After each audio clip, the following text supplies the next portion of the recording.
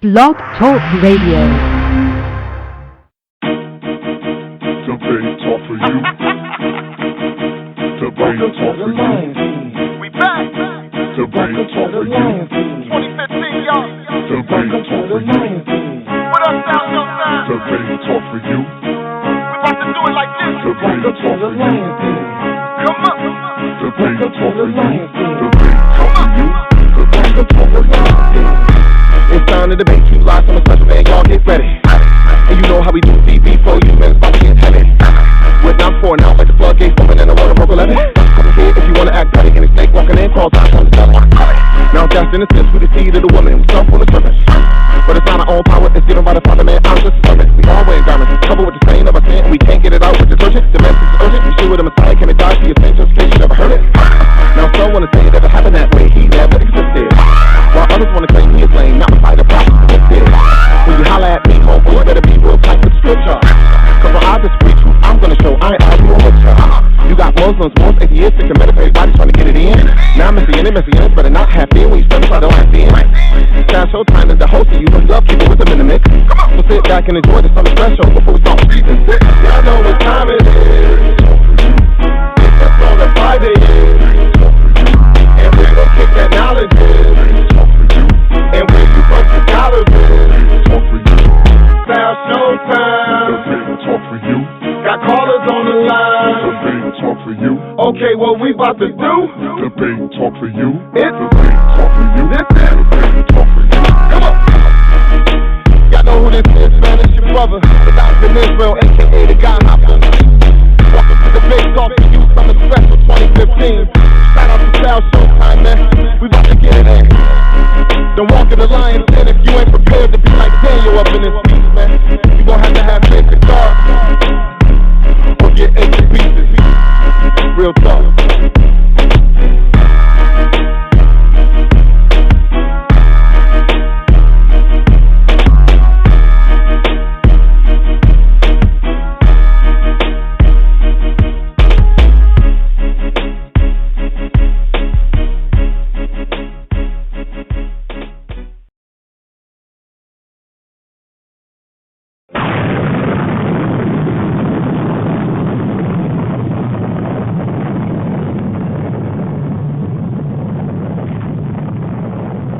Welcome to the planets of debates, Debate Talking Radio.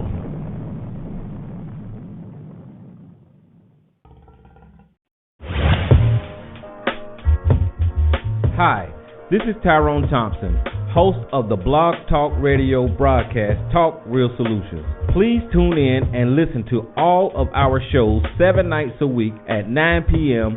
Eastern Standard Time. At Talk Real Solutions, we cover a variety of topics to ensure we speak about what may be needed in our community at any time. Talk Real Solutions is the hottest blog talk radio show going on right now. You can listen to our broadcast at www.blogtalkradio.com/talkrealsolutions or visit our website at www.talkrealsolutions.com. Also like our Facebook page at www.facebook.com/talkrealsolutions. You can call in at any time during the show and add to the conversation and offer your solutions at 1-858-357-8453. That's 1-858-357-8453. Because at Talk Real Solutions, we want to make sure you have a chance to talk real solutions.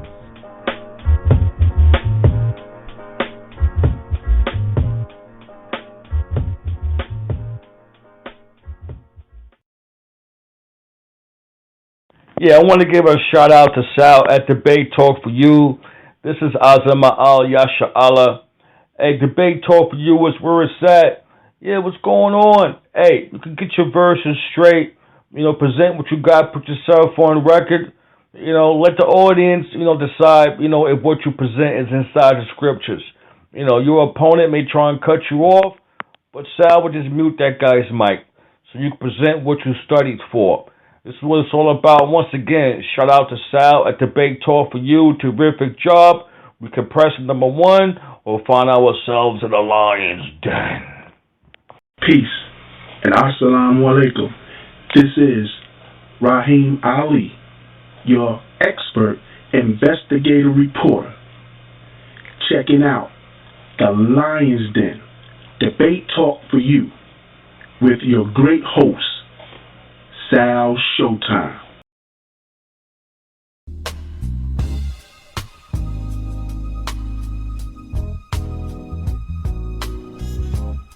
We are back with a Debate Talk for You Summer Special. I'm your host, Sal Showtime. And once again, I appreciate you being here, checking out the show. I want you to go to the website, www.blogtalkradio.com/Debate Talk for You, and make sure you subscribe and support the brand. Remember, we're on from Monday to Friday at 8 p.m. Eastern Time. And remember, this is the show where you, the listening audience, become the jury. So make sure you call in with your questions and your comments while dialing that number, 646-716-7320, and press number 1, and we can add you to the conversation. Remember, check out the most respected debate forum in the world. That's Debate Talk for You. Check out the show and enjoy.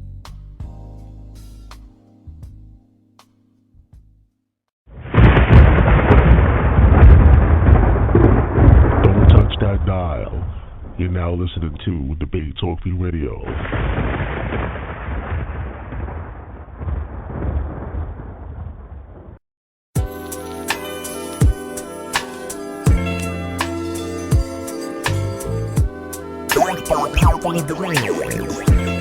It's Debate Talk for You Radio. I'm your host, Sal Showtime, and I just want to take this time to thank each and every listener out there that's been tuning in from Monday to Friday at 8 p.m. Eastern Time, and all of you that call in by dialing that number, 646-716-7320. You know, it's all about the people getting answers to their questions, and we love the fact that you tune in each and every week. So one love to all the people all over the world that check out Debate Talk for You Radio on your phone, via Skype, or via website at www.blogtalkradio.com/Debate Talk for You. And remember, we're on YouTube as well, so subscribe and support the brand.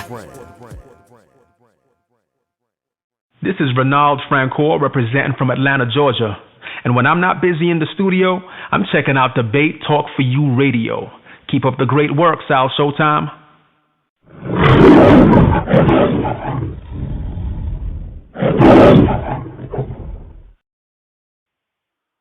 Hey, what's going on, everybody? How you guys doing? Welcome to another show. You're now listening to the Debate Talk for You Summer Special. I'm your host, Sal Showtime, and we are back with another classic show for you guys. Well, once again, we are back. And so far, the summer special has been amazing. A lot of people has been coming now, checking out these shows. We have 1,000 listeners all across the globe, and I appreciate everybody that's here checking out Debate Talk for You Radio Live. For those people that are unaware, today's show is entitled The Fruits of the Spirit. Once again, today's show is entitled The Fruits of the Spirit. I've invited my special guest who's going to present a lesson to the people out there. But before we begin, you already know I got to go through a few brief announcements. As usual, send me an email at debatetalkforyou@gmail.com. That's debatetalk, the number 4, and letter U, @gmail.com. Go to facebook.com/debatetalkforyou. That's facebook.com/debatetalkforyou. You can download the show via iTunes for absolutely free. Let's go to the podcast section and type in the search box Debate Talk for You. Once again, it's absolutely free to subscribe. And the great thing about the iTunes podcast is, again, you'll never miss another episode. You can check out season 1 all the way up to the present season of Debate Talk for You, and you can download it to your tablet, your iPad, your PC, what have you. And again, you know, you can check it out easily wherever you go. So again, I highly recommend that you subscribe to the iTunes podcast and support the brand. Go to Instagram.com/Debate Talk for You. We have some videos up on YouTube. Go to YouTube.com/Debate Talk for You. We're on Twitter at Showtime DT4U. That's Showtime, D as in David, T as in Tom, the number 4, and the letter U. For all the first-time listeners, welcome to the show. We have many different segments on Debate Talk for You Radio. We have the music artist testimony, where I invite artists to come on and we hear some of their music, and we also hear from the fans. I invite a variety of teachers to present biblical lessons like today, and you, the listening audience, can call in live. You become the jury by calling in with your questions and your comments by dialing that number, 646-716-7320. Don't be shy. Feel free to ask your questions. That's what Debate Talk View is all about. The people get answers to their questions. We have another segment called The Hot Seat, where I invite a special guest, and for 60 minutes, you, the listening audience, will call in with your questions during the hot seat segment of the show.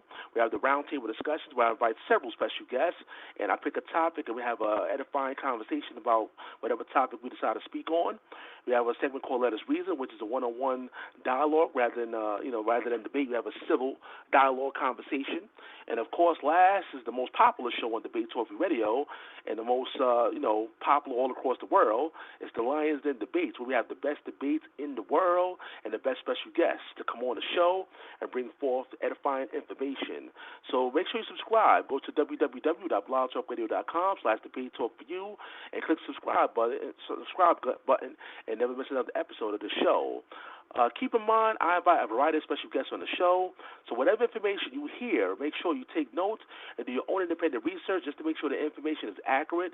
Feel free to call in live. You must hold our elders, teachers, and scholars accountable. This is a family show, so remember, no foul language, guys. No foul language. Keep it clean. Keep it professional. The views and opinions expressed on all segments broadcasted on Blog Talk Radio are entirely those of the special guests and does not in any way reflect the opinions of the Debate Talk for You host or personnel. I'm letting you guys know for the summer special, I'm doing a few free giveaways, guys. A few free giveaways. I'm actually giving away a CD from Seek Truth. He's a new gospel hip-hop artist that's coming out actually officially in August 6th. He actually reached out to me, and I have a few albums that he wants me to give out absolutely free to the Debate Talk for You listening audience out there.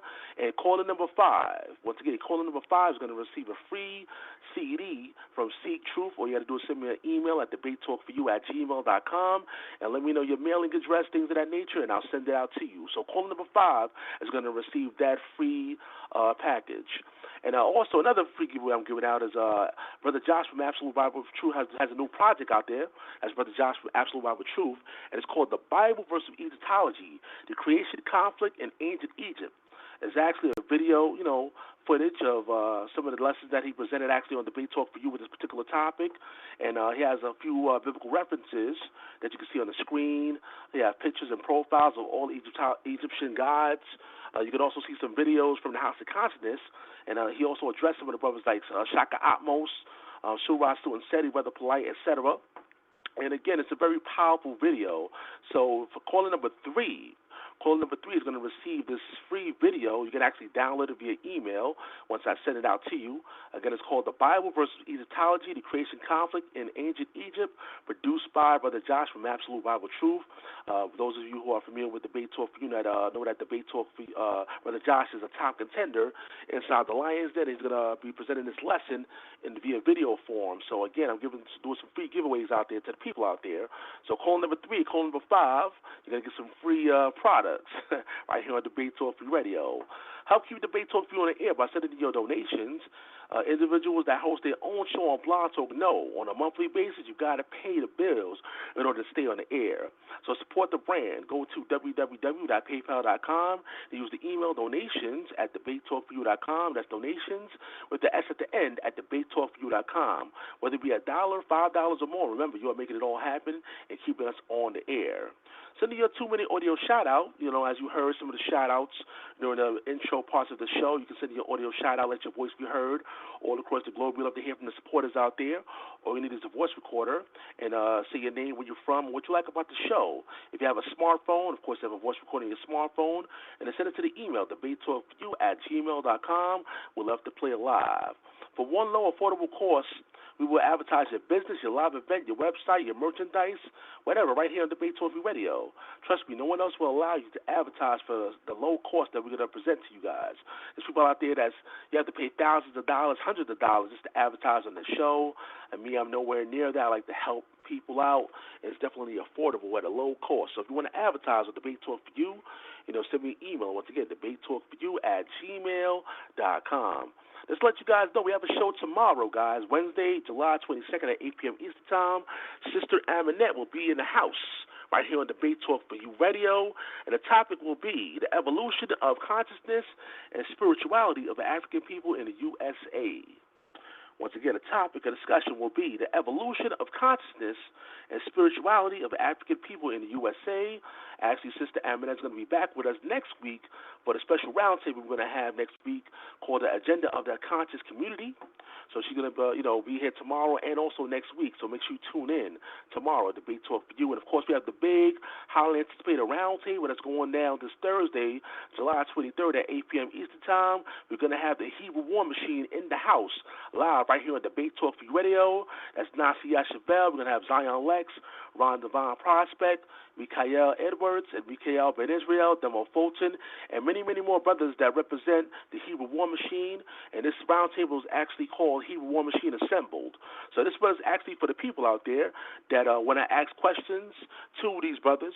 Call in live. The number is 646-716-7320. That's Hebrew War Machine. They're going to be here live this Thursday at 8 p.m. on Debate Talk for You Radio. So let me introduce my special guest.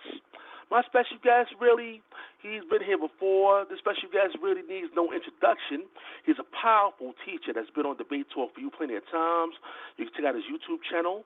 Just type in the search box on YouTube, Dwayne Barton. He has another YouTube channel. Just type in the search box, Jesus for True Freedom. That is Jesus, the number 4, True Freedom. He also has a Ustream, I believe, if I will let him inform you on that. Brother Dwayne Barton, if you're out there, press the number 1 with me, brother. Press the number 1, and I can bring you in a conversation. But, my special guest is Dwayne Barton. We're just waiting for the brother to press the number 1. We have a lot of callers out there that's checking out the show. And, again, you know that number, 646-716-7320. Let me look at the switchboard and see if my brother's here. Hold on 1 second, guys. Hold on. And I believe he has a few readers that's going to be reading also. Just press the number 1, guys. On your phone, press the number 1, and then we can get this thing started. So hold on, let me just see what's happening here. Stand by, everyone. Stand by. Okay, I see somebody press number 1. Here we go. I believe this is my special guest, Dwayne Barton. Let's see. 4-4-1. You're live in air. What's going on, sir? This is me. Hey, what's happening, man? Welcome to the show, man. I'm doing all right. How you doing, bro? Doing all right, man. Doing all right. You have some other brothers that's going to be reading with you today, right? Yeah, they already on. I got them on my phone. They already on. Okay, cool. All right, so before we begin, let the people know about that Ustream channel you have and anything else that you want to inform the people of before we begin. All right, the Ustream channel is Assembly of the Firstborn. That's also another YouTube channel that we have of the same name. We broadcast Wednesday night at 7 p.m. Eastern Time, Sabbath night 8 p.m. Eastern Standard Time.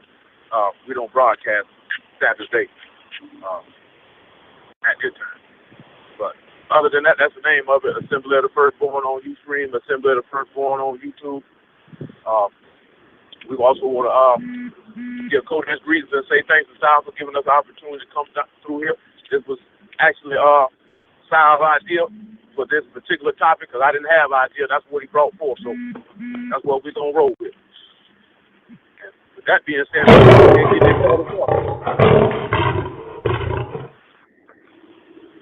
all right, so let's get this thing started. Let's get it started. Remember, guys, if you have any questions, you know that number, 646-716-71320. All you got to do is press number 1 and stand by for the public Q&A. We're going to hear from the people out there later on with your questions. But Dwayne Barton, go ahead with the lesson, brother. All right. I got two of the brothers with me. I'll go ahead and introduce yourself first. Go on here.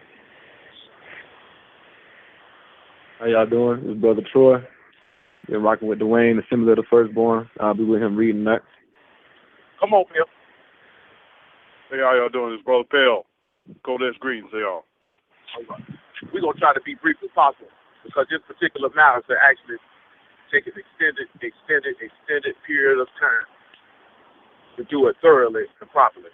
But to dealing with, first and foremost, before we proceed, we want to first give praise, glory, and honor to the Most High Yah by way of Son Yahshua HaMashiach. We want to give Kodesh greetings to everybody, to the house of Israel, Also the Gentiles who fear his name and walk before him in truth and righteousness and the beauty of Kodesh. I want to give Kodesh greetings to the whole assembly of the firstborn of Yahshua HaMashiach. Every last one of y'all, love y'all. Lord will I talk to y'all tomorrow. And let's go ahead and get this thing started. Phil, give me John 5:39. Troy, give me to Galatians chapter 5, verse 17. When we're talking about the fruits of the Spirit, we know that the fruit would be the byproduct of something. In order for somebody to be able to manifest the fruits of this man's spirit, you must first have something has to occur first. You must attain that spirit.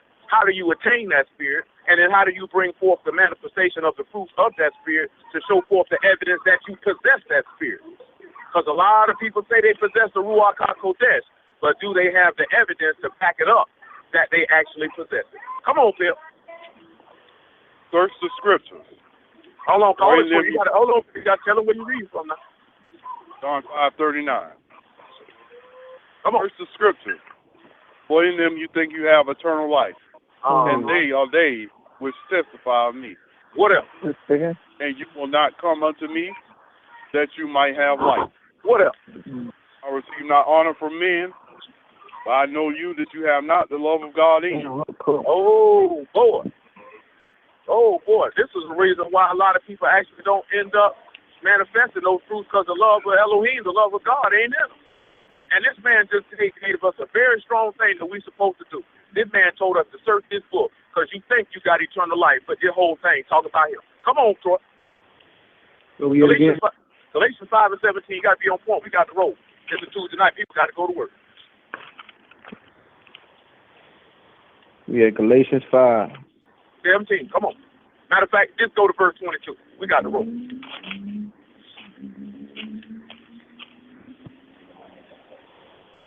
Hold on, my phone messing up. Galatians 5. 22. Come on. Galatians 5 and 22. But the fruit of the Spirit is love, joy, peace, long-suffering, gentleness, goodness, faith, meekness, temperance. Against such there is no law. And they that are Mashiach have crucified the flesh with the affections and lusts. So let's check this out. That's good. That's good. Now we sit back and look at it. He named all these things, which is a byproduct of the Ruach HaKodesh: joy, love, peace, long-suffering, gentleness, meekness, self-control, faith. And he says those that show forth these fruits, they have died. So that means we're going to have to sit back and look at something. In order for you to manifest that fruit, you got to die. Something come to my mind. Tell Ecclesiastes 8 and 2. Troy, get me, go ahead and get me John chapter 12, about verse 27.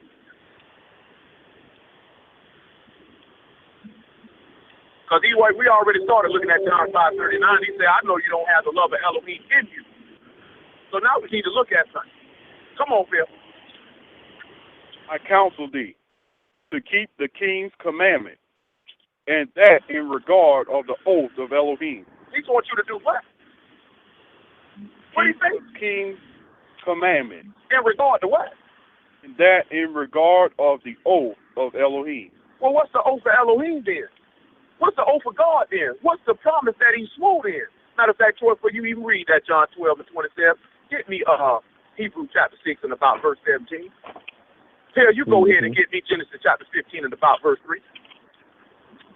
We got to, y'all just bear with me. It's going to it, but we got to lay down the foundation first. This man said, I would advise you to do what the king say in regard to the oath. That means we're going to have to establish what the oath is. So Hebrews 6 and 17. Come on.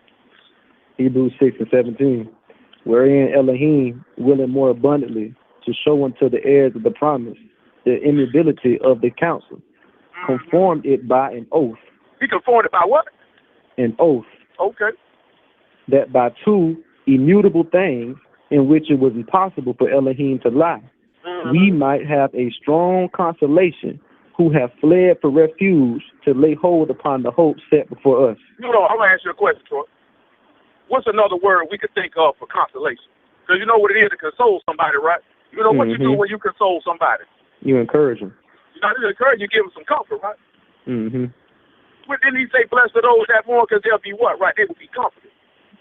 When's the time somebody usually mourns? When death on the scene. I don't know what that got to do with anything, but I guess we'll see. Go ahead and say. Which hope, it say that by two immutable things in which it was impossible for Elohim to lie, we may have strong consolation who have fled for refuge to lay hold upon the hope set before us. Go ahead.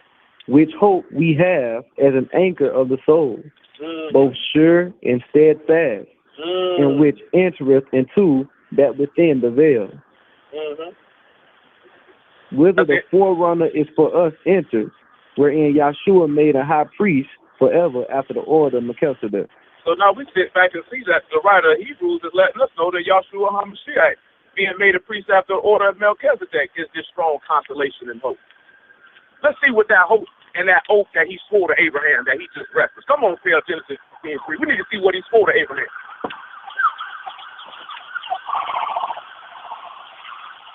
Come on, Phil. Genesis 4, you said 13 to 3? 15 to 3. 15 to 3.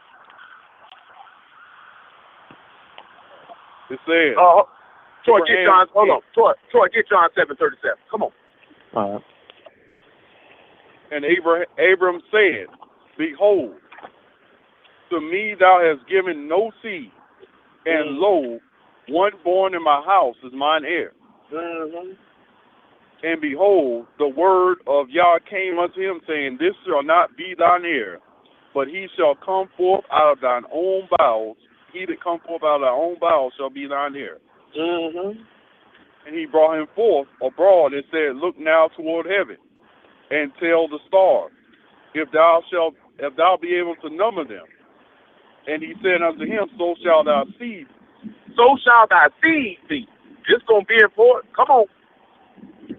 And he believed in Yah. And what happened? And he counted it to him for righteousness. Oh, boy. Oh, boy. Tell, get me Romans chapter 9, about verse 27. Come on, John chapter 7, verse 37. This man say, because he told him his seed. The oath that he swore to him is that he would give him an heir and a seed. He also made an oath to Abraham that he would give him a land. He also made an oath to Abraham that in him all the nations of the earth would be blessed. Do you think the blessing is just a landmass that we call Israel? Do you think the blessing just was to be called the chosen people of Yah? The blessing was greater than that. Come on. John 7:37. In the last day, that great day of the feast, Yahshua stood and cried, saying, If any man thirst, let him come unto me and drink. What? He said, that believes on me, if any man do what? If any man thirst, let him come unto me and drink. It's a lot of people out here parched. Come on. He that believes on me, as the scripture have said, out of his belly shall flow rivers of living water. What he spoke of? This he spake of the Ruach, which they that believe on him should receive. For the Ruach HaKodesh was not yet given, because Yahshua was not yet glorified. So the only way you're going to be able to get the Spirit is you're going to have to believe on the Son. That's the only way you're going to be able to get it. Hold on. Phil, get me Acts chapter 5, about verse 29. So let's see something that Peter told these people. Because if you believe, then something should come out of your belief. Because he said those that are Hamashiach in Galatians chapter 5 have crucified their affections and lust. That means they don't put that flesh to the side. That means when they had advice or recommended course of action to obey the king's commandment in regard to the oath, they considered that when this man told them, if you believe that I am he, you shall live forever. But if you believe not that I am he, you shall die in your sins. Some people consider that. That's why in the 8th chapter of the book of John, in the 30th verse, he turned to those Jews who believe and say, if you continue with my doctrine, you are my disciples indeed, and the truth shall set you free. So we already know something. When we look at John chapter 8, and we hear Hamashiach say, the servant don't abide in the house, but the son abides forever. See, we know that take us back to Ishmael and Isaac, because Ishmael was after the flesh. He put him out. And the son abided in the house. We're going to have to turn around and look at what are we going to have to do? We're going to have to become the son of the promise like Isaac was, of what we just heard him promise him in Genesis chapter 15. That means that we're going to be able to have to die, because we didn't read it, because you go to Genesis chapter 15, Abraham died, and he sees the vision of Hamashiach on the tree. He sees the vision of the inheritance being brought forth. He's seeing Yahshua being glorified. He didn't know it at the time, that's what he was viewing, but that's what he seen. When he seen that burning lamp in between two pieces. the thing that hinders people the most is you don't believe, and if I know you don't believe, there's no way you're going to obey. Acts 5:29. Acts 5:29. Then Peter and the other apostles answered and said, we ought to obey Elohim rather than men. We ought to do what? Hey, Troy, give me Deuteronomy 18:15. We ought to do what? We ought to obey Elohim rather than man. Come on with it. The Elohim of our fathers raised up Yahshua, whom you slew and hanged on the tree. Him have Elohim exalted with his right hand to be a prince and a savior, for to give repentance unto Israel and forgiveness of sin. Mm-hmm. We are his witnesses of these things, and so also is the Ruach HaKodesh. Hold on, gentlemen. Hold on, gentlemen. If the Ruach HaKodesh bear witness, hold on, finish it out. Then after that, before you even get that Deuteronomy 18:15, Phil, I need you to get me 2 Peter chapter 1 and about verse 19. Finish that verse up. Whom Elohim have given to them that obey him. Now, how you going to sit here and tell me you possess this man's spirit and you don't keep this man's law, statutes, and commandments? How you going to tell me that? When the Apostle Peter just sat back and said that Elohim, the Most High, gave it to them that obey. So how you disobey and you got that? That means you contrary to the word. And the only reason that would be is because you haven't died. In order for us to be able to be remade, to receive this man's spirit, you're going to have to give something up like a Mashiach did. For a Mashiach to get the Ruach HaKodesh to raise him from the dead, he had to give his life up. How you expect to get it? You ain't giving nothing up. Come on, Pale. 2 Peter chapter 1, verse 19. You hold that. Something else come to my mind. Troy, you get me Psalms chapter 50 and about verse 5. You get that with that Deuteronomy 18:15. This is what's wrong with people. And after that, Pale, you get Romans 12 and 1. You just hold that behind this 2 Peter chapter 1, verse 19 you're finna read. Before we even get to the manifestation of the fruit and men showing examples of that and Hamashiach showing examples of that, you're going to have to realize you're going to have to believe, you're going to have to obey, and you're going to have to die in order to manifest these fruits. Or you sitting here saying, y'all's a liar that he gave you something he ain't gave. David even told you that in 1 Chronicles chapter 16 or 1 Chronicles chapter 12. We didn't seek y'all after the due order. How you expect to get that man's spirit? You ain't seeking him after the due order. You just don't get it how you want to get it. That's how that rolls. Not how the book say get it, but this my opinion. I ought to get it like this because I'm this and I'm that and I do this and I do that. Don't say you got to believe on this man as the scripture has said and you got to obey it. That means you got to keep the King commandment in regard to the oath of Elohim. The oath of Elohim is to make Abraham a blessing unto all nations. Saying your seed, all the nations of the earth going to be blessed. He say Isaac is the seed of the promise. So how you got it then? You saying you got it contrary to the due order. I know you a liar. Come on. We, 2 Peter chapter 1 and verse 19. We have also a more sure word of prophecy. Mm-hmm. Whereto you do well that you take heed. Mm-hmm. As unto a light that shineth in a dark place until the day dawn, and the day star arise in your heart. Go ahead. Knowing this first, that no prophecy of Scripture is of any private interpretation. Mm. For the prophecy came not in old time by will of man, but Kodesh men of Elohim spake as they were moved by the Ruach HaKodesh. So that means that's what he means by the Ruach HaKodesh bear witness. That means from Genesis to Malachi, the Spirit of Yah was bearing witness to this man. They were bearing witness. That means every single solitary person is like when you run that 4x4 relay and track. They just were passing the baton off to the next man. From Adam all the way down to Malachi, they just were passing it off because all of it was to be handed off to one man who to show you that the whole thing was about him. The whole thing was about him. If you don't believe that, there's no way you're going to be saved. Deuteronomy 18 and 15. I know people say, oh, that's Joshua son of Nun. He ain't never tell them people if they ain't listen to Joshua, he was going to kill them. He ain't never tell them that.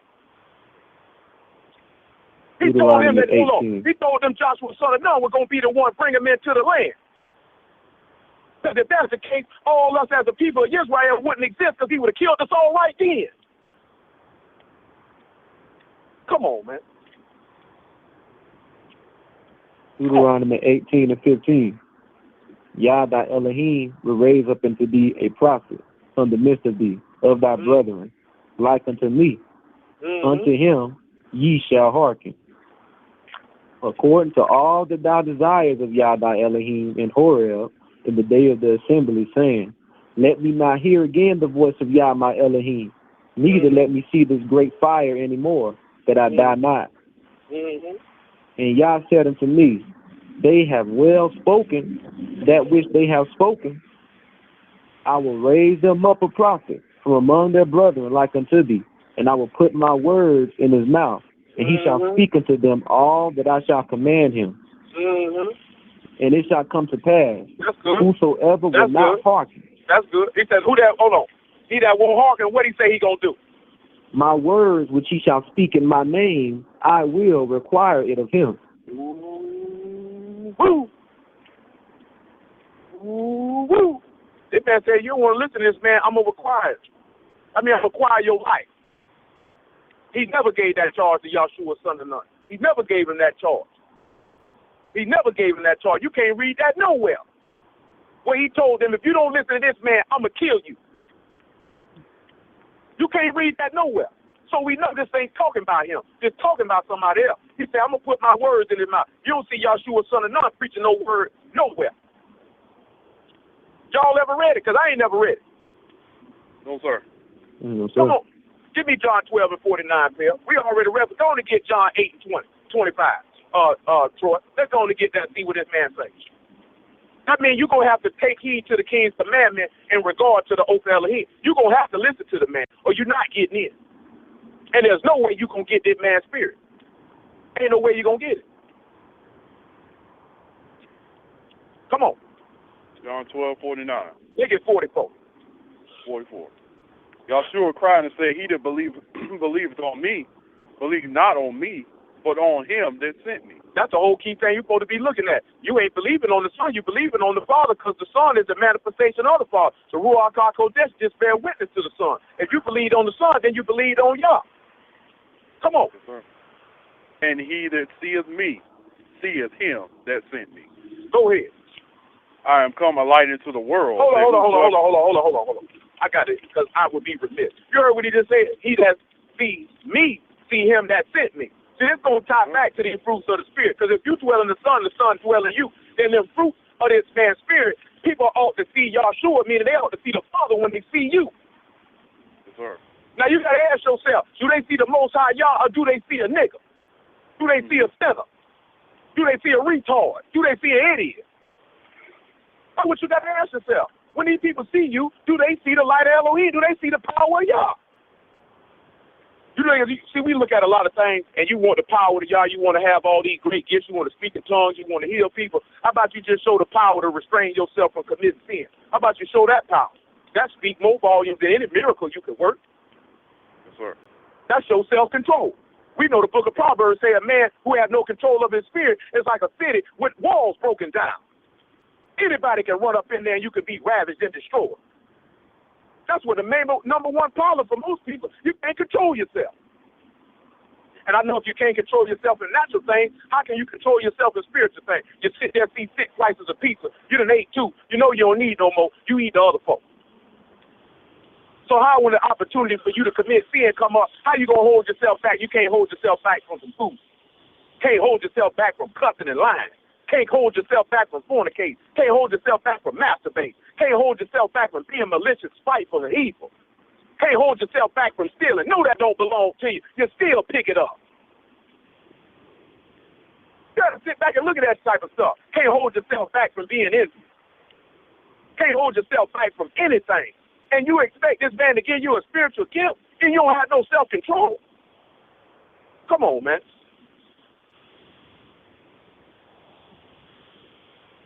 Come on, Phil. Okay. I am come a light into the world, that whosoever shall believe on me should not abide in darkness. Any man hear my word and believe not, I judge him not, for I came not to judge the world, but to save the world. Go ahead. He that rejected me and receiveth not my word, have one that judges him, the word that I have spoken. Whoa! Ain't that man just say, if you don't want to hear the words I put in his mouth, I'm going to require to you? So guess what? He said, you ain't got to believe me.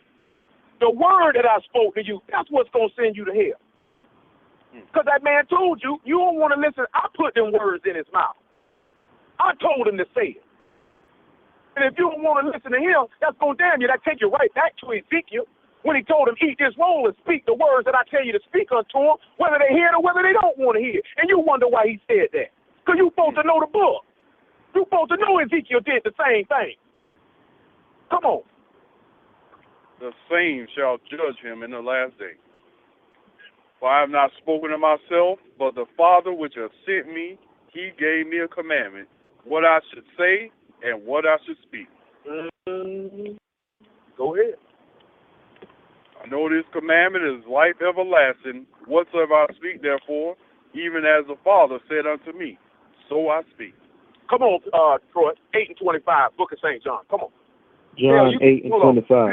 Hell, get me Hosea chapter 12, 5, verse 4. Start getting the root of this matter. Come on, John 8 and 25. Then said they unto him, Who art thou?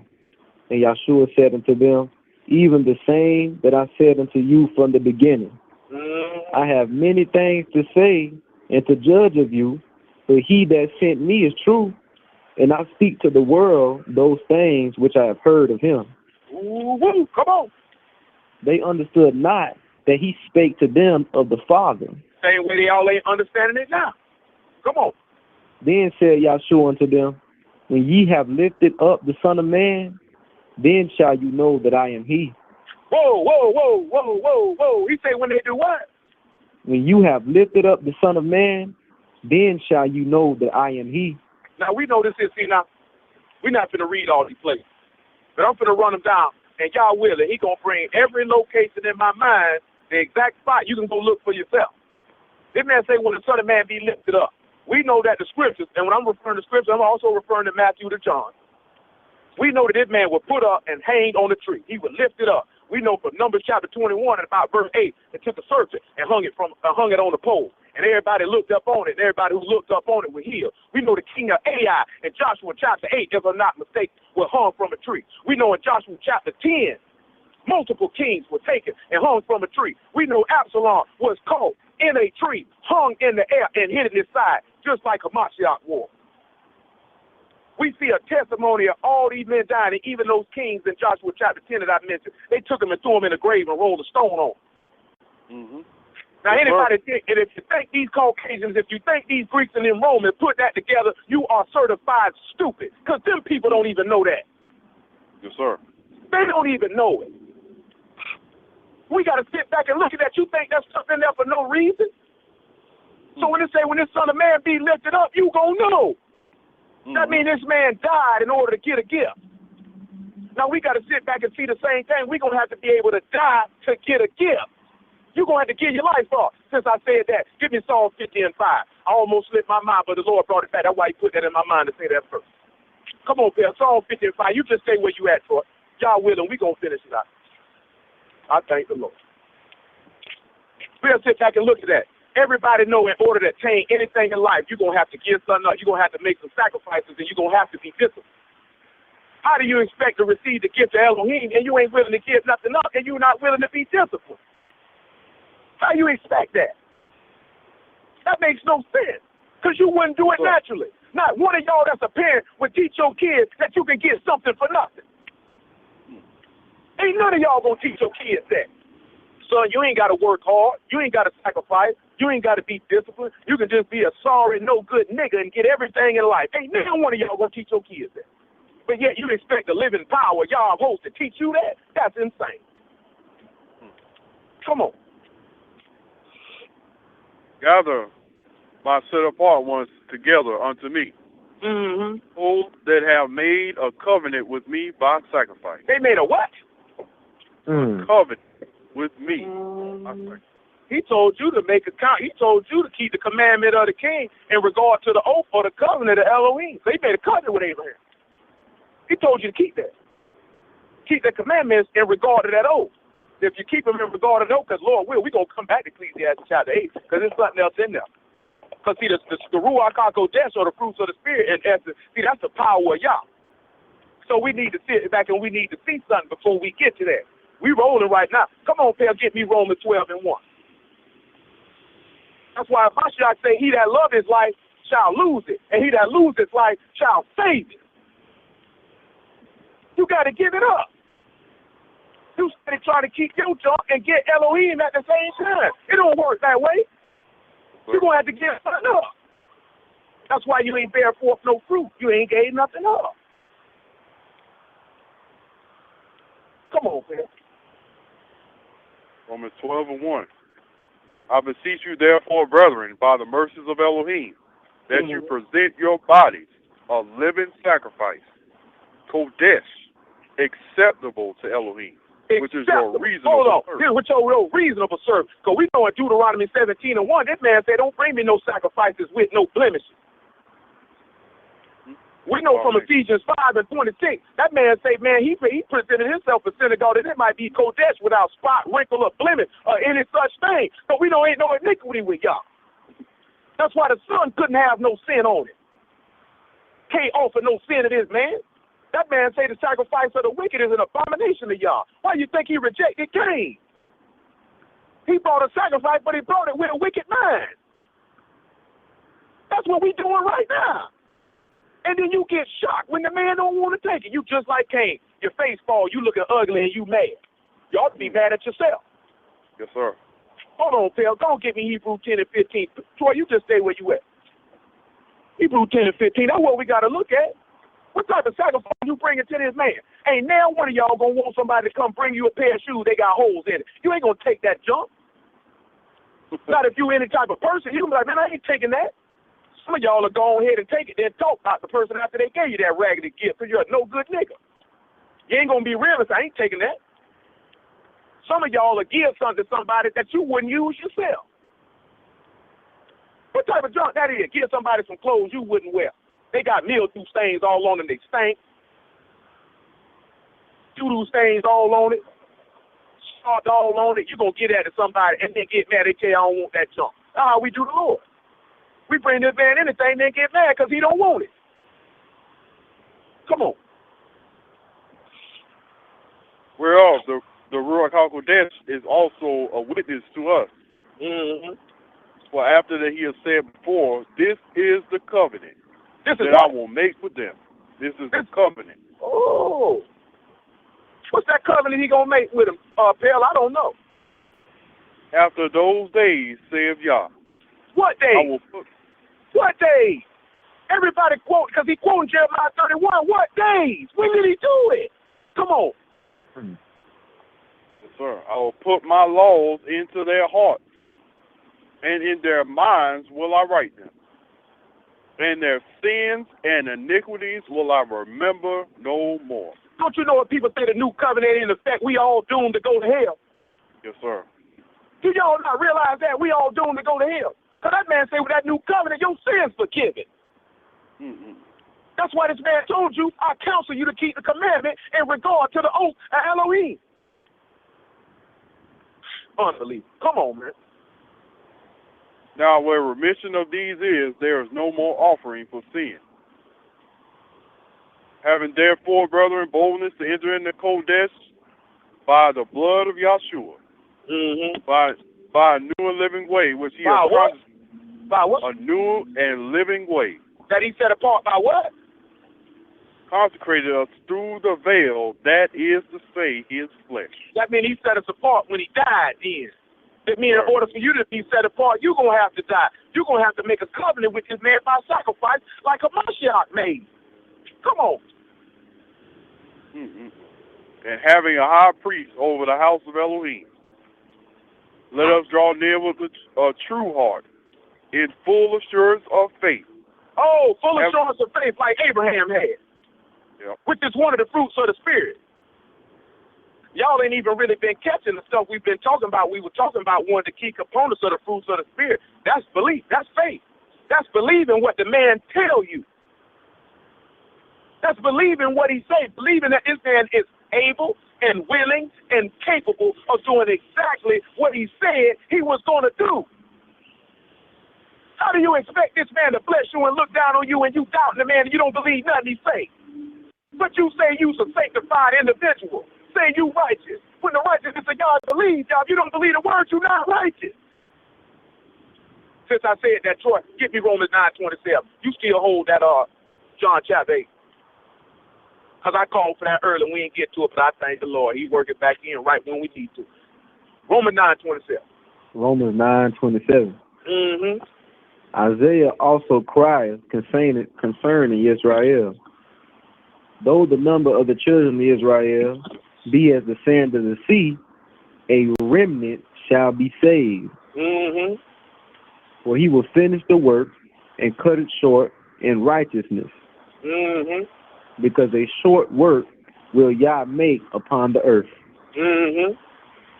And as Isaiah said before, except Yah of Sabaoth had left us a seed, we had been as Sodom and been made like unto Gomorrah. He said unless he left us a what? Unless he had left us a seed. Just like he told Abraham, didn't he? Yes, sir. That's interesting. Go ahead. We had been as Sodom and been made like unto Gomorrah. Mm-hmm. What shall we say then? That the Gentiles which follow not after righteousness have attained to righteousness? Now, ain't that even the question? Righteousness which is of faith? That's a lot of questions. He said the Gentiles, even though they don't seek after righteousness, they attain righteousness. Ain't that what he said? That means that if you sit back and you read that and you don't know the word, that makes absolutely no sense, don't it? What y'all think, Troy? What you think, Phil? That makes absolutely no sense, dude. They don't seek after righteousness, but they have attained righteousness. Ain't that what he just said, Troy? But we know from Deuteronomy 6:25, he said if you keep all the words of this law, that'll be your righteousness. But then we also know from Genesis chapter 15, it said Abraham believed, y'all, and it was counted to him for righteousness. So what he was saying is that these Gentiles wasn't seeking after the law to be right with y'all. They were seeking to be right with y'all by believing. That's what we as Israelites, that's what we not doing. We thinking it's the law and it's not the faith. When you got to have both. Come on, Troy. The Gentiles, which followed not after righteousness, have attained righteousness, even the righteousness which is of faith. But Israel, which follow after the law of righteousness, have not attained to the law of righteousness. That's what that means. All that means it is, he's going to tell you, because he's quoting Isaiah 8 and about 13 or 8 and 14. Come on. Everything he's quoting the book of Isaiah. Come on. Wherefore, because they sought it not by faith, but as it were by the works of the Torah, for they stumbled at the stumbling stone. Ooh, he told you that in Isaiah. I'll have a sanctuary, and he shall be a stone of stumbling and a rock of offense to both houses of Israel, to Israel and Judah. So that's what you stumbling over. You thinking you keeping the law and you straight, but you stumbling over a Mashiach falling flat on your face. And we already heard you stumbling over a Mashiach. You don't do what the man told you to do when the Father, the one gave him the word. He's going to require it of you. Come back to John 8 and whatever verse you start out that. Call that for the people. I promise you, all this stuff going to make sense when we get finished. Y'all permit. Mm-hmm. I think Troy had verse 8. John 8, verse 28. Go ahead, verse 1. Go ahead. John 8 and 28. Come on, Troy. When ye, then said Yahshua unto them, when ye have lifted up the Son of Man, then shall you know that I am he, and that I do nothing of myself, but as my Father hath taught me, I speak these things. That's good. And tying right back into Deuteronomy, it also tied to number 16:28, when Moses told them people, I don't do none of these works of my own mind, but y'all have sent me to do these works. That's the same thing Mashiach just told. So you're a prophet like unto Moses. Mashiach just told him the same thing. I ain't doing none of this stuff on my own. Just as them people was gathering it up to do something to him, like Korah was gathering up to do something to Moses. Ain't nobody gathered up to do nothing to Joshua, son of Nun. Ain't nobody gathered up and say this man took too much on him. Get him out of here. Who you think you is?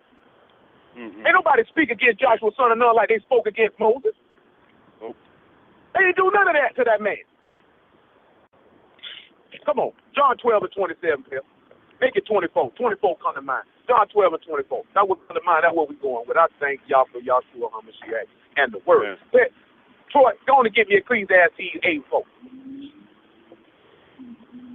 Let's go ahead and get to the root of the matter. We had to lay all that down first. That faith in Hamashiach, belief, which is belief in the law and the prophet. That he is the one whom Yah has sent. That's got to be the first thing you got to do in order to receive that, because you would believe. Hold on, Troy. So you even get Ecclesiastes 8:4. Get me John 6:26. Come on, Phil. That just came to my mind. Come on, Phil. Verily, verily, I say unto you, except a corn of wheat fall to the ground and die. And what? And die. And what? And die. Go ahead. It abideth alone. But if it die, it bringeth forth much fruit. Much fruit. Son just come to my mind. Phil, get me Joshua chapter 5 and verse 13, please. Son just come to my mind. He said, if except the corn of wheat fall on the ground and die, it abide alone. Come on, Troy, John 6:26. John 6:26. Yahshua answered them and said, Truly, truly, I say unto you, you seek me not because you saw the miracles, but because you did eat of the loaves and were filled.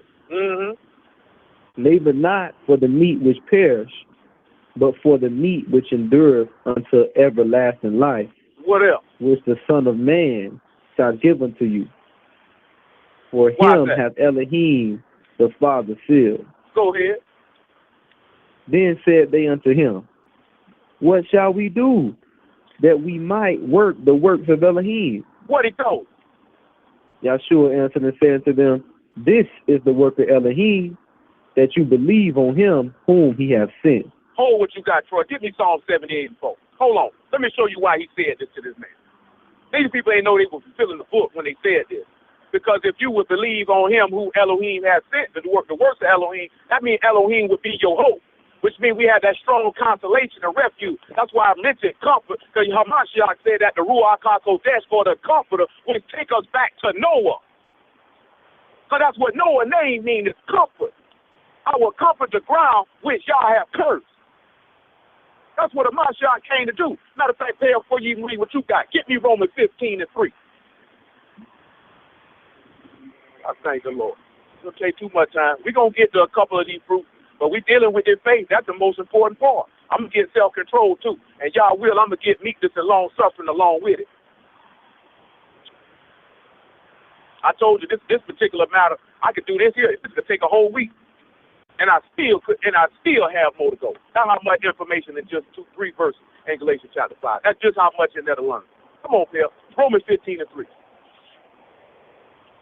For even Messiah pleased not himself, but as it is written, the reproaches of them that reproach thee fell on me. Why is it? What else? Whatsoever things were written aforetime were written for our learning, that we through patience and comfort of the scriptures might have hope. Oh, that man, so when he say comfort, he says that's Noah for us. That's Noah. We know that this man done came to bless the ground which y'all have cursed. See, we know the curse of the law is not us going into captivity, but the curse that was on Adam for his disobedience. That's the first curse. Before Deuteronomy 28 even mentioned. So Leviticus 26 is mentioned. This man cursed Adam in Genesis, the 3rd chapter. That's why in Job chapter 13, Job said, you made me to possess the iniquities of my youth. You think Job was talking about himself? He got to come back and possess the iniquity of Adam. He got to reverse the curse. He got to take death off the table. He got to comfort the ground. He got to get a spirit to man. You got to keep the counsel. He got to counsel you to keep the king's commandment in regard to the oath of Elohim. I promise you eternal life. How else you going to get it? You don't believe. That's going to be impossible. Going back to where you was at, Phil. What I got you holding for? Good Lord, I'm sweating. Psalm 78:4 with Ecclesiastes. Go ahead with that Psalm 78:4. Phil, what I got you holding? You have me in Joshua 5:13. Okay, thank you, Lord. Come on, Troy. Psalm 78:4. We will not hide them from their children, showing to generation to come the praises of Yah and his strength and his wonderful works that he has done.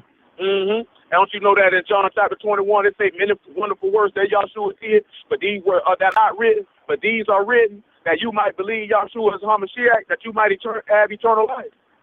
All the wonderful works this man did, the most wonderful one, giving his life up and raising from the dead. Come on, man. For he established a testimony in Jacob and appointed a law in Israel, which he commanded our fathers, that they should make them known to their children. Go ahead. That the generation to come may know them, even the children which shall be born, who should arrive and declare them to their children. Go ahead. That they might set their hope in Elohim. Set their hope where? In Elohim. Go ahead. And not forget the works of Elohim, but keep his commandments. Same thing we've been looking at all night. Our hope ought to be in the, if you're hoping Yahshua, you're hoping the Father. That's common sense. They joined, they won. You can't have one without the other. Ain't nowhere in the world you say you got the Father, you ain't got the Son, you a liar. You's a liar. Straight up and down. Come on, well, I got told in Joshua 5 and 13. We gonna get to that Ecclesiastes 8 folks, y'all forget. Come on. And it came to pass, when Yahshua was by Jericho, he lifted up his eyes and looked, and behold, there stood a man over against him with his sword drawn in his hand. Back me up to verse 10 then. Matter of fact, make it 11. And they did eat of the old corn of the land, and on the morrow after... Make it verse 10 then. And the children of Israel encamped in Gilgal. They kept the Passover on the 14th day of the month. They kept what? At the Passover. And what happened? On the 14th day of the month at even in the plains of Jericho. And they did eat of old corn of the land on the morrow after the Passover. 11 cakes and parched corn in the same day. And the manna ceased on the morrow after they had eaten of the old corn of the land. Neither had the children of Israel manna anymore. They did eat of the fruit of the land of Canaan that year. Ain't that something? Because we just read in John chapter 12. Go on to get that John 12 and 24. Which one of y'all had it? Just read it. You had it, Phil. Just read that again. He said they ate the corn on the Passover, but the morrow after the Passover, they didn't eat it no more. They ate the fruit of the land. What did my shot just say in John 12, 24? What did he just say? Go ahead, read it again, Phil. Go to it. Well, because we know what my shot said, he was the manna that come down from heaven. We know the manna was described, it's called the corn of heaven in the book of Psalms. Yes, sir. Come on. John 12 and 24. Verily, verily, I say unto you, except the corn of wheat fall to the ground and die, it abide alone. But if it die, it bring forth much fruit. So the whole time, you thinking Joshua 5 about some corn and some fruit coming out to find her myself. Yes, sir. That man showing you what he was coming to do. And we're going to have to do the same thing. We're going to have to be that same corn and go on that ground and die. Come on, read that next verse. He that loveth his life shall lose it, and he that hateth his life in this world shall keep it unto life eternal. Troy, give me 1 John 3 and 23. Make it 21, because that's what's under mine. Make it 20, because that's what, matter of fact, make it 19. We just read this man say, what's the works of Elohim? He say, believe on him that he sent. Once you have that, once you have that belief of Yah, then you would be willing to do the things that Yah requires. As Mashiach stated, as he was getting ready to die, not to be done, but thy will be done. That you would not love your own life even to death. Now, we ain't even talking about physically dying. We're talking about not loving your life to the point you will be ready, willing, and able to resist committing sin. You would have that self-control. You would resist. Matter of fact, since I said that, Pale, get me Luke chapter 22. Make it about verse 28. Because we got to deal with self-control, too. Come on. Come on, 1 John 3:19. And hereby we know that we are of the truth and shall assure our hearts before him. Mm-hmm. For if our heart condemn us, Elohim is greater than our heart and knows all things. That's what? That's the same thing we seen with Adam and Eve in the garden. They hearts condemned them. That's why they went and got them fig leaves. They know they were wrong. Come on. Beloved, if our heart condemn us not, then have we confidence towards Elohim. See that right there? If your heart don't condemn you, that means you would know that you was, as Paul eloquently stated in Acts chapter 24 and about verse 14, I exercise my conscience to be void of offense towards Elohim and man. The only way your heart not going to condemn you is because you took the counsel of the king to do what he say. You would resist. You would resist. The thing that messed most people up is you got no self-control. You have no self-control. Come on. And whatsoever we ask, we receive of him, because we keep his commandments. What is his commandment? And do those things that are pleasing in his sight. Go ahead. And this is the commandment. What is? That we should believe on the name of his son, Yahshua HaMashiach, and love one another as he gave us a commandment. We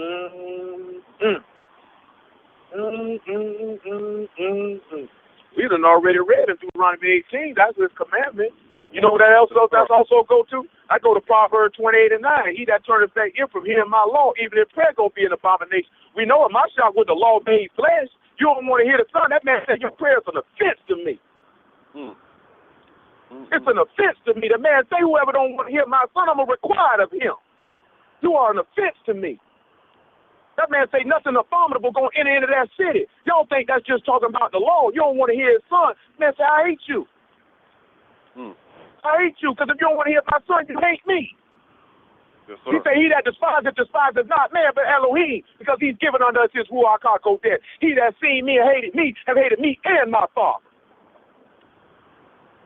That's what the book say. Yes, sir. Come on, Phil, what I got you, hope? Luke 22 and 28. Come on, tell me what it say. Troy, you get me Hebrews 4 and 13. Ye are they which have continued with me in my temptation. Oh, in his temptation. That means he had to endure temptation just like we did, didn't he? Mm-hmm. Well, let's see what Hebrews 4 and 13 say. Well, Pale, you get me James chapter 1 and about verse 12. Hebrews 4 and 13. Because see, if you're going to manifest the fruits of the Spirit, you're going to have self-control. Because the Mashiach say, I endured temptation. That's why he say, he that endured to the end, the same shall be saved. You're going to have to stand on the word every single day. That's why that man say, take up thy cross and follow me. Going back to Judges chapter 9, when King Amalek told the people, cut down a bow and take it with you. What you see me do, you do. You see me sacrifice my life, sacrifice your life. You see me resist the flesh, you resist it. Come on. Hebrews 4 and 13. Neither is there any creature that is not manifest in his sight. Mm-hmm. All things are naked and open unto the eyes of him with whom we have to do. Seeing then that we have a great high priest that is passed into the heavens, Yahshua, the son of Elohim, let us hold fast our profession. For we have not an high priest which cannot be touched with the feeling of our infirmities, but was in all points tempted like we are. Yet without what? Yet without sin. I mean, he kept himself in the word of Elohim. He kept himself in he took the king's commandment. He followed his father's commandment in regard to the oath that his father made with Abraham, with Isaac, and with Jacob, and with the house of Israel. Joshua did the same thing. Which means, guess what? That means he loved the Father. He told them that in John chapter 11. He said, I know you hear me always because I do those things that are pleasing in your sight. He told them people that think I'm saying. He told him in John chapter 8, now verse 54, he said, I know him. If I was to say I know him not, I'd be a liar like unto you, because I keep his saying. He said, I don't honor myself, it's my Father that honor me, whom you say is your Elohim, who is your power. You got to look at that. That man showed the same love to y'all that we supposed to show. He was showing you the fruits of the Spirit. Isaiah chapter 11 told you there'd be a root coming out in majestic. He said this man would have the spirit of wisdom. The spirit of wisdom is the fear of Yah, which means you will respect, reverence, and love the man and do what he say. Said he had the spirit of understanding. Understanding is to keep the commandments. Joshua came to give us an understanding that commandment is to believe on him and you will keep the rest of the word.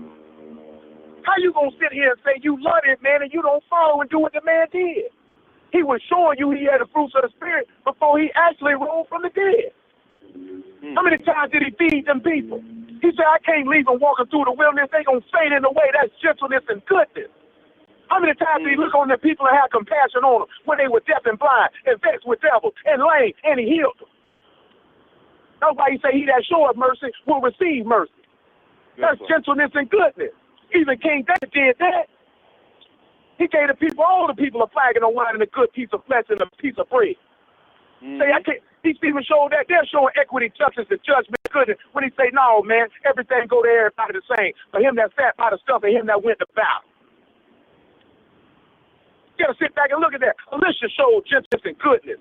When the people say it's poison in the pot, he said, give it here. I get it out. Lord have mercy. Even Moses showed gentleness with the people. He showed goodness with the people, even when they didn't deserve it. We even see that with David, with the long suffering. Got Saul coming to kill him. He never lifted up his hand at this man, and he was more than justified in killing him. But he considers, that's not the way of Yah. I ain't going to do it. I'm going to let Yah get it. Even though I'll take this injury with patience, and Yah going to justify me. Same way Jacob did with Laban. You changed my way to 7 times. He said, but Yah going to prove my righteousness out. That's long suffering. That's taking injury with patience. That's somebody doing you wrong and knowing Yah going to justify you. Because you know the law say, I will never justify the wicked over the righteous. But the reason why you strike back, because you ain't righteous and you don't believe the word. You got examples of men doing these things. That's why Mashiach can't strike back at these people, because Jacob didn't do it. He's from the seed of Jacob. He said, I put the law in Jacob. A testimony in Jacob and the law in Israel. Jacob didn't do it. So why you think Mashiach can't do it? He's from the seed of David. David didn't do it. That's why he didn't do it. But the whole book is about him. He got to show the same behavior they show. You got to show the same behavior. That's what's wrong with us as a people. Ain't nobody telling us this. We just right here sitting around here mired in a funk and it's sitting in garbage. Thinking we gonna get eternal life and we damn to hell, and don't nobody care enough to tell us. Ain't nobody standing up being an example, just like Mashiach showed him. Give me 1 Peter 4:1, Pale. That man sat back and say, we don't even got a high priest that ain't touched to going through what we going through. He was tempted like we were, but didn't sin. No, Pale, you get that James 1:12. That's what I asked you for. So you get me 1 Peter 4:1. We got to consider that. All these things are showing a pattern of you gonna die. You're going to make a covenant with him by sacrifice. I mean, you're willing to sacrifice your life. You're willing to sacrifice your desire. You're willing to sacrifice what you want for Yah's will. That's what Mashiach showed us. He was willing to give his life up for Yah's will, not his own will. Come on. 1 Peter 4:1. For as much then as the Hamashiach have suffered for us in the flesh, arm yourselves likewise with the same mind. Yes, sir. For he that has suffered in the flesh has ceased from sin. That's self-control then. If you can suffer in the flesh, if you can resist your flesh, if you can deny the flesh what it won't, you won't sin. Just like Mashiach did the same thing. He said, you endure, you are those who were with me in my temptation. That means, guess what? A lot of people don't like to say it. But in the reality of the matter, Mashiach could have sinned at any time. He was in the flesh just like we are. He could have transgressed at any time. But his love was to Yah. He was able to control himself by the word, by his obedience and discipline to the word. He loved Yah more than he loved his own will. He was disciplined. He said, I can't do that. The word don't allow me to do that. I could do it, but then I'd be a transgressor like y'all. So I can't do that. I got to do what he tells me to do. I got to keep the commandment of the king in regard to the covenant. We got to do the same thing. That way we can bring forth them fruits. That's why John the Baptist told them men, bring forth fruits, meet for repentance. Show forth that you bringing forth, that you change from your behavior. Don't talk about it.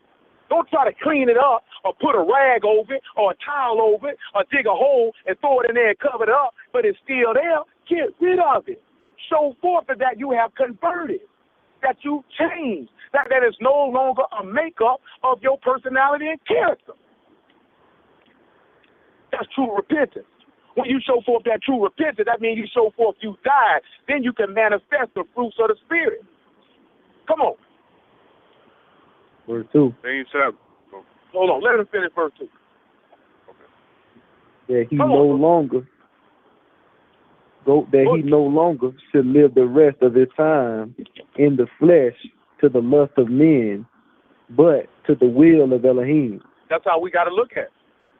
You're going to have to die. You're going to have to restrain yourself. You're going to have to change your heart and change your mind. Come on, Pam. They ain't 1 and 12. Blessed is the man that endureth temptation. When he is tried, he shall receive the crown of life, which the Lord hath promised to them that love him. That's the same thing he promised to Mashiach. He promised him a kingdom and a crown. All you got to do is endure. That man say you blessed when you endure. That means suffering in the flesh, denying yourself. Just because a woman come up to you and take all her clothes off, don't mean you got to put your penis in her. Just because there's an opportunity to tell a lie, don't mean you got to tell it. We got to learn to stop being hypocrites. Stop pretending. We're too comfortable with it. Don't nobody hold us accountable. Then when somebody hold us accountable, you want to do the same thing they did to Mashiach. You want to kill him, just like they did to the former prophet. You want to kill him. You don't want nobody to hold you accountable. You want a nigga to look you in your face and tell you it's all right, you disobedient, he still love you. No, tighten up. Yes, sir. Tighten up. Ain't none of y'all gonna go on your job and you a supervisor, you own a business. I bet you hold your employees accountable. I bet you hold your subordinates accountable. I bet you hold them accountable. It comes to the word, you don't want nobody to hold you accountable. Then them rules don't apply, hypocrite. The rules don't apply. The word of y'all don't teach that. Why you think he sent his prophets and his preachers and his teachers and his evangelists and his apostles and elders and bishops and pastors and all of these people to hold the people accountable? But we refuse. Come on, Phil. Let no man say when he is tempted, I am tempted of Elohim. For Elohim cannot be tempted with evil, neither tempted he any man. But every man is tempted when he is drawn away of his own lust and is enticed. Guess what? Don't sit around there and be talking about Elohim did tempt the king in 1 Kings 22. You lying bastard. He sent an angel to do that. He didn't do it. And at the end of the day, he didn't do nothing, but that man just got what he wanted. He wanted lies, so he gave him what he wanted. He gave him what he wanted. Same way Eve. Elohim didn't tempt her. She knew what she was supposed to do. She went and did what she wanted to do. So don't y'all be sitting around here blaming Satan or blaming the Most High for your junk. You did it. That's what you wanted to do. Just be a man or a woman and say, that's what I wanted to do. I hate y'all. That's why I did it. Let's be honest with it. Guess what? I hated y'all for almost 30 years. Most of it I ain't even know I was hating them, man. I ain't know nothing about the word. You got to be real with yourself. How you going to overcome something you ain't going to be honest and say, yeah, man, I hate the Lord, man. They say, why you say that? Because, shoot, I be lying, I be cussing, I be smoking, I'm a drunk, I'm a fornicator, I'm an adulterer, I'm a liar, I break the Sabbath, I'm a brawler, I'm an extortioner, I'm malicious, I'm spiteful, I'm unforgiving, I don't keep my word. How you say that can say you or y'all doing these things, this type of stuff in your heart, I'm envious, I'm coveted, I disrespect my parents, I deal with idols because I'm stubborn, I'm a witch because I'm rebellious, because I do what I want to do. How you going to show the fruits of the Spirit doing what you want to do? That man say temperance, self-control. Come on, man. Everybody else flexing that old garbage engine, man. You better start that thing before you blow a gasket.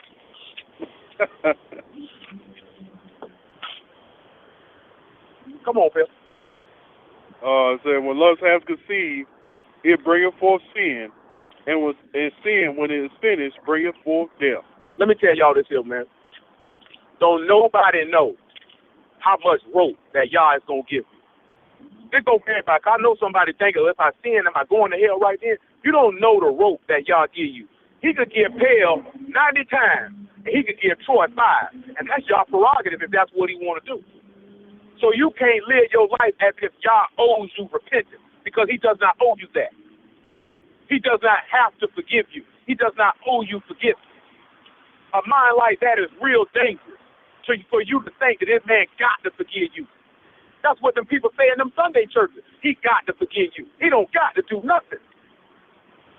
We got to keep that in mind when we tempted and we in situations. When you see yourself and you in a situation, it's something you know you shouldn't be doing, but you like to do it, you got to get out of there.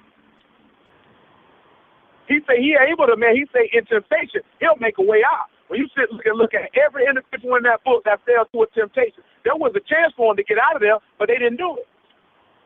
See, David is an example of that. See, he didn't endure that temptation when he seen Bathsheba. He could have got out of it. But what did he do? He went ahead and did it and compounded it. Y'all spared him. That's why he said, I'll make a covenant with you, even the sure mercies of David. So we ought to die for what we doing. King Commandments say you ought to die for that. You got to remember that. If you commit adultery, you ought to die for that. He don't got to forgive you.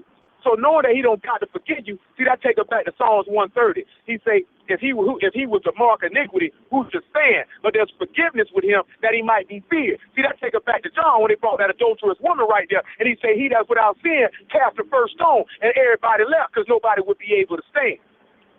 So that woman was able to understand what? There's forgiveness with y'all. Go and sin no more. That's goodness right there. That's gentleness right there. Just in that right there. Y'all thinking that story in there with that woman is in there for no reason. David had already prophesied to you about it. Knowing that this man don't mark iniquity so we could fear him, so we can love him. You got to take that forgiveness that he offers you as the chance and opportunity to love and reverence and respect your Father which abide in heaven, not as a license to do what you want to do. That's not how this works. Ecclesiastes 8 and 4, Troy. Yeah, give me Luke 8 and 11. Ecclesiastes 8 and 4. Tell me what it says. Where the word of a king is, there is power. Where the word of the king is, there is what? Where the word of the king is, there is power. Go ahead. Finish the and verse. who may say unto him, what doest thou? Come on, Peter, what you got?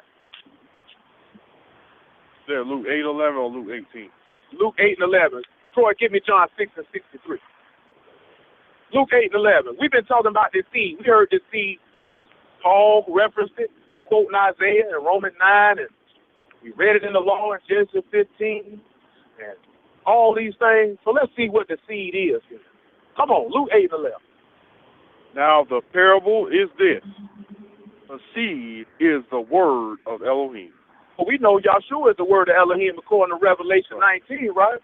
So the whole time we were looking at this seed, it was a Mashiach. We just sit back and look at this seed got to abide in them. This word got to abide in them. That's why he said if it fall on the ground and die, it abide alone. But if it die, it bring forth much fruit. John 6 and 63, because we know Psalms 119 talk about I've been quickened or made alive by your precept. What you think gonna raise you from the dead? The Ruach HaKodesh ain't in you. If the word ain't in you, which we already read in Hebrews chapter 10, the law gonna abide in your heart and your inward part. If the word ain't in you, you're not getting up to eternal life. You going to hell. If ain't nobody else gonna tell it to you, I'm gonna tell you that. Romans 8 and 11 is clear.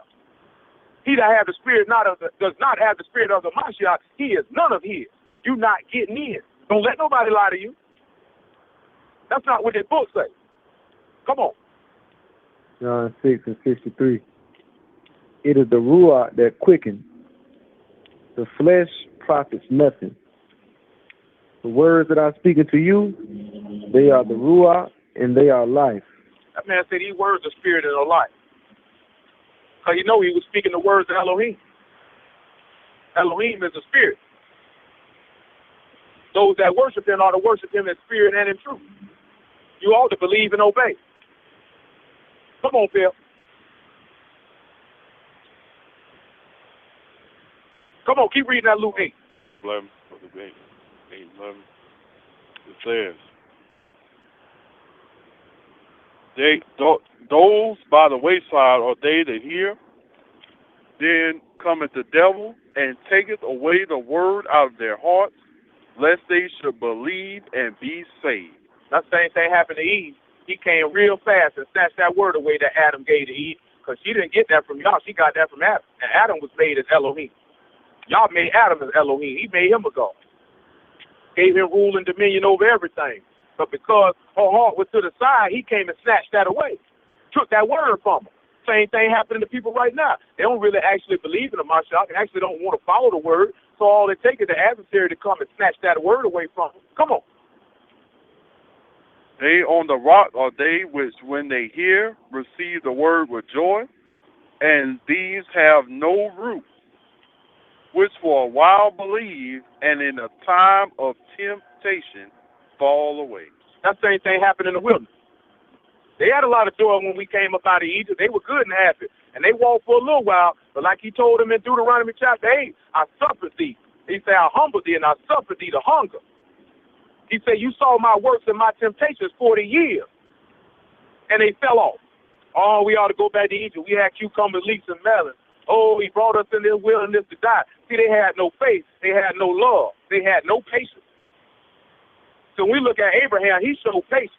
When we look at Mashiach, everything he went through, he showed patience. When we look at David, everything he went through, he showed patience. When we look at Elijah and what he went through, he showed patience. When we look at Jeremiah and what he went through, he showed patience. Because they trusted Yah. They loved it. They loved it. They understood that. We look at Jacob and Isaac and Joseph. They all showed that patience. They all showed that until Yah vindicated them. Daniel showed you that. Shadrach, Meshach, and Abednego showed you that. It's numerous people who showed you that. That patience and trust and love for Elohim. They were showing you all these things and Hamashiach feel everything that these men did. Now we got to sit back and look at this stuff. We're supposed to be patterning ourselves after this behavior. If the word is in you and you in the word and you ain't showing these behaviors, then that means that's a problem. That means the word actually can't be in you. Come on, Phil. And they which fell among the thorns are they which, when they have heard, go forth and are choked with the cares and pleasures of this life, and bring full fruit to perfection. You see the same thing with Eve. It looked good to the eyes. It'll make me wise. She cared about the things of the world. That's what she cared about. We can look in that book and see many people who showed that behavior. They care about the things that they could get. Let me tell you something, and I want to qualify this so y'all can understand me real fully when I speak this. Ain't nothing wrong with wanting to earn money for yourself to take care of your family. Ain't nothing wrong with wanting to have nice clothes and nice cars and nice houses. Ain't nothing wrong with wanting to have that for your brother, your neighbor, your family. Ain't nothing wrong with that. But what make it wrong is when that comes before the word. That's when it's wrong. That's when that stuff start interfering with your service to Yah. That's when it's a problem.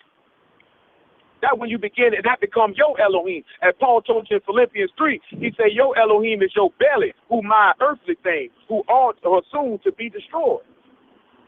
So we have to have that balance. You got to have that understanding to know. Ain't nothing wrong with me out here getting out here to get it, to get things that I desire. I can't let that stuff come before y'all, though. I can't let it come before y'all. You sit back and look at, I can't tell nobody what to do. Only thing I do is tell you what the word say. If a job came up and they say, yeah, man, we'll pay you $3 million a year annual salary, but you're going to have to work on the Sabbath. That job I won't take. I'm not going to take it. I utterly refuse. Because I would rather be broke and get in Yah's kingdom than have money and go to hell. And then can't try to justify, well, it's lawful to do good on the Sabbath day. No, I ain't doing good on the Sabbath day. I'm doing what I want to do, and I'm trying to justify it in my own mind to make myself feel better about it because I already know I'm wrong. And I know that's from personal experience because me and all my homeboys did that when we were selling crack. All of us knew we were wrong, and we would come up with multitudes of ways to justify it in our own mind to make us feel better about it. We got to start looking at, are we telling ourselves pure and utter nonsense so we can sleep better at night, knowing we wrong? Yeah, I know I got a wife, man, but shoot, I ain't really committing adultery because, hey, I gotta sow my wild oats. People come up with all types of excuses. Just like you see all these sodomites out here running around, they come up with many excuses to justify being a rump-raising pillow biter. You know what I'm saying? Straight up. Straight up. We got to look at that type of stuff. We can't sit here and point out one person showing hypocrisy and you doing it. That means say you in the same condemnation. You do the same thing. Come on, Pep. But that on the good ground are they which in an honest and good heart, having heard the word, keep it, and bring forth fruit with patience. Mm-hmm. He said, he that hear the word with a good heart, an honest heart, a clean heart, a pure heart. Troy, give me Titus 1 and about verse 14. Those that got a pure heart, they going to keep the word. That word's going to bear fruit. Pale, give me Romans 6 and 1 because they would have died. Because he said those out of Hamashiach have crucified their affections and lust. That's why he told you to pick up your cross and follow me. Like I told you, you go look in Judges chapter 9, pick it up by verse 44 or 45. You'll see that king tell all the people, cut a boat, cut a branch, cut a tree. Put it on your shoulder, carry it with you. As you seen me do, you do. That means we got to emulate the word. When that word fall in your heart, it ought to cause something to change your heart and your mind. You ought to die to become new. But instead, you just a new nigga. You just gave yourself a new name and put on some new outfits doing the same thing. I'll be honest with you, a nigga and a sinner ain't no difference. It's all the same. We have to turn around and look at, I don't want to be a nigga and I don't want to be a sinner. I want to be an upright man, Yah, Elohim, Yisrael. I want to be a son of Yisrael. When I say son of Yisrael, I'm talking about being born of Mashiach. Come on. Titus 1 and 14. Come on. Not giving heed to Jewish fable and commandments of men that turn from the truth. Unto the pure, all things are pure. Mm-hmm. But unto them that are defiled and unbelieving, nothing is pure. Mm-hmm. Even their mind and their conscience is defiled. What else, Paul? They profess that they know Elohim, but in works they deny him, being abominable, disobedient unto every good work, reprobate. We got to make sure we don't fall in that classification. Got to make sure we don't fall in that classification. That's dangerous. Romans 1 and 4, Phil. We get ready to wrap this on up. But we say where the word of the king is, there's power. Come on, Troy, get me Romans 8 and 9. We know the power of Yah is the Ruach HaKodesh. I called for Hosea 12 and 4 earlier. I guess we'll get it. So hold on. Matter of fact, Troy, get that Hosea 12 and 4 while he get this Romans 1 and 4.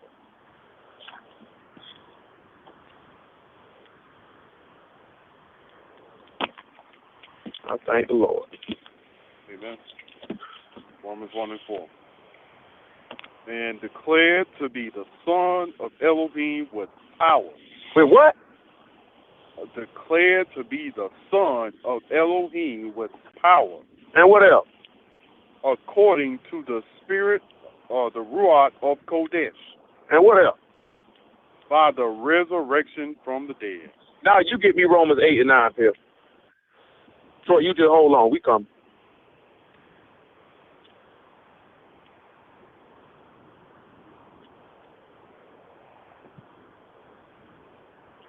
All right.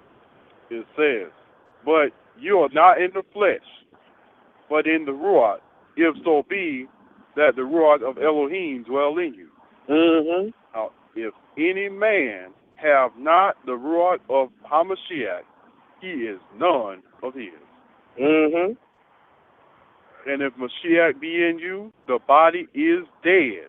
The body is what? The body is dead because of sin. But the Ruach is life because of righteousness. Because of the life because you believe. Yes, sir. You would give the life-giving gift of the Ruach HaKodesh because you believe, and then through your belief you would obey. As Paul put it in Romans 16:25, the righteous obedience of faith. Just like Abraham, he believed, he obeyed. He said, leave from your father's house and go to the place I tell you to go, and he went. He said, I'll give you air out your own bowels. He believed it. He said, I know him. That here's the judgment and teach his household the way of Yah. I know what he's going to do. He said, sacrifice your only son. He said, come on here, boy. I got to kill you. I said, I know he told me he'll make me an heir out of him, so whatever he got planned, I know he's going to do it. I just know what he told me to do. I'm going to do it. That's the love of Elohim. That's faith. And he waited for that promise. That's patience. Just like Hamashiach waited for that promise. He believed y'all. These are the elements of what you're supposed to show. Even in Numbers chapter 12, it said that Moses was the meekest man on the face of the earth. Hamashiach said the same thing. He said, learn of me. In fact, Pale, get me that Matthew 11:25. Let's show that joy, too. We know you remember that there. We know David showed joy, danced so hard, people thought he going to come out his clothes. Yes, even in the book of Nehemiah, he said, trust it. He said, the joy of Yah, that shows strength. You're supposed to rejoice in Yah, but we don't rejoice in the word. We hear the word, oh, man, I can't do this. I can't do that. I can't do this. I can't do that. Instead of sitting back looking at rejoicing in Yah and the mercy and love that he shows.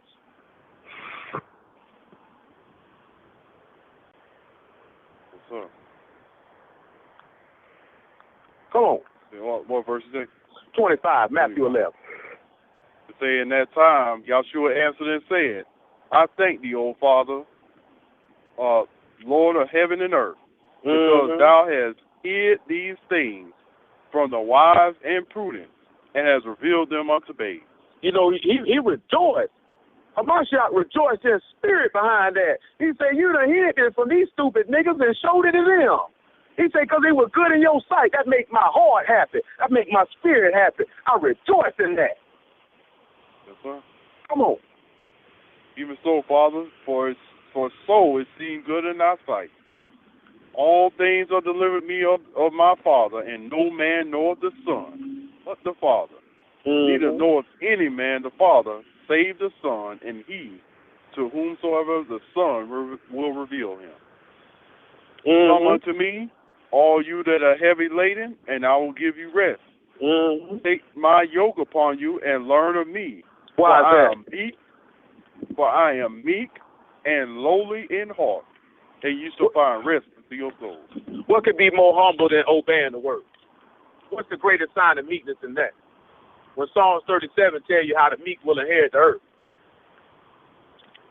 We look at Moses in Numbers chapter 12. He said he was the meekest man on the face of the earth.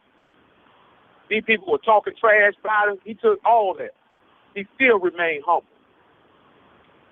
By the time somebody say something about y'all, y'all be ready to go off, put hands on people, call them all manner of names. Then your justification will be, well, it was the truth.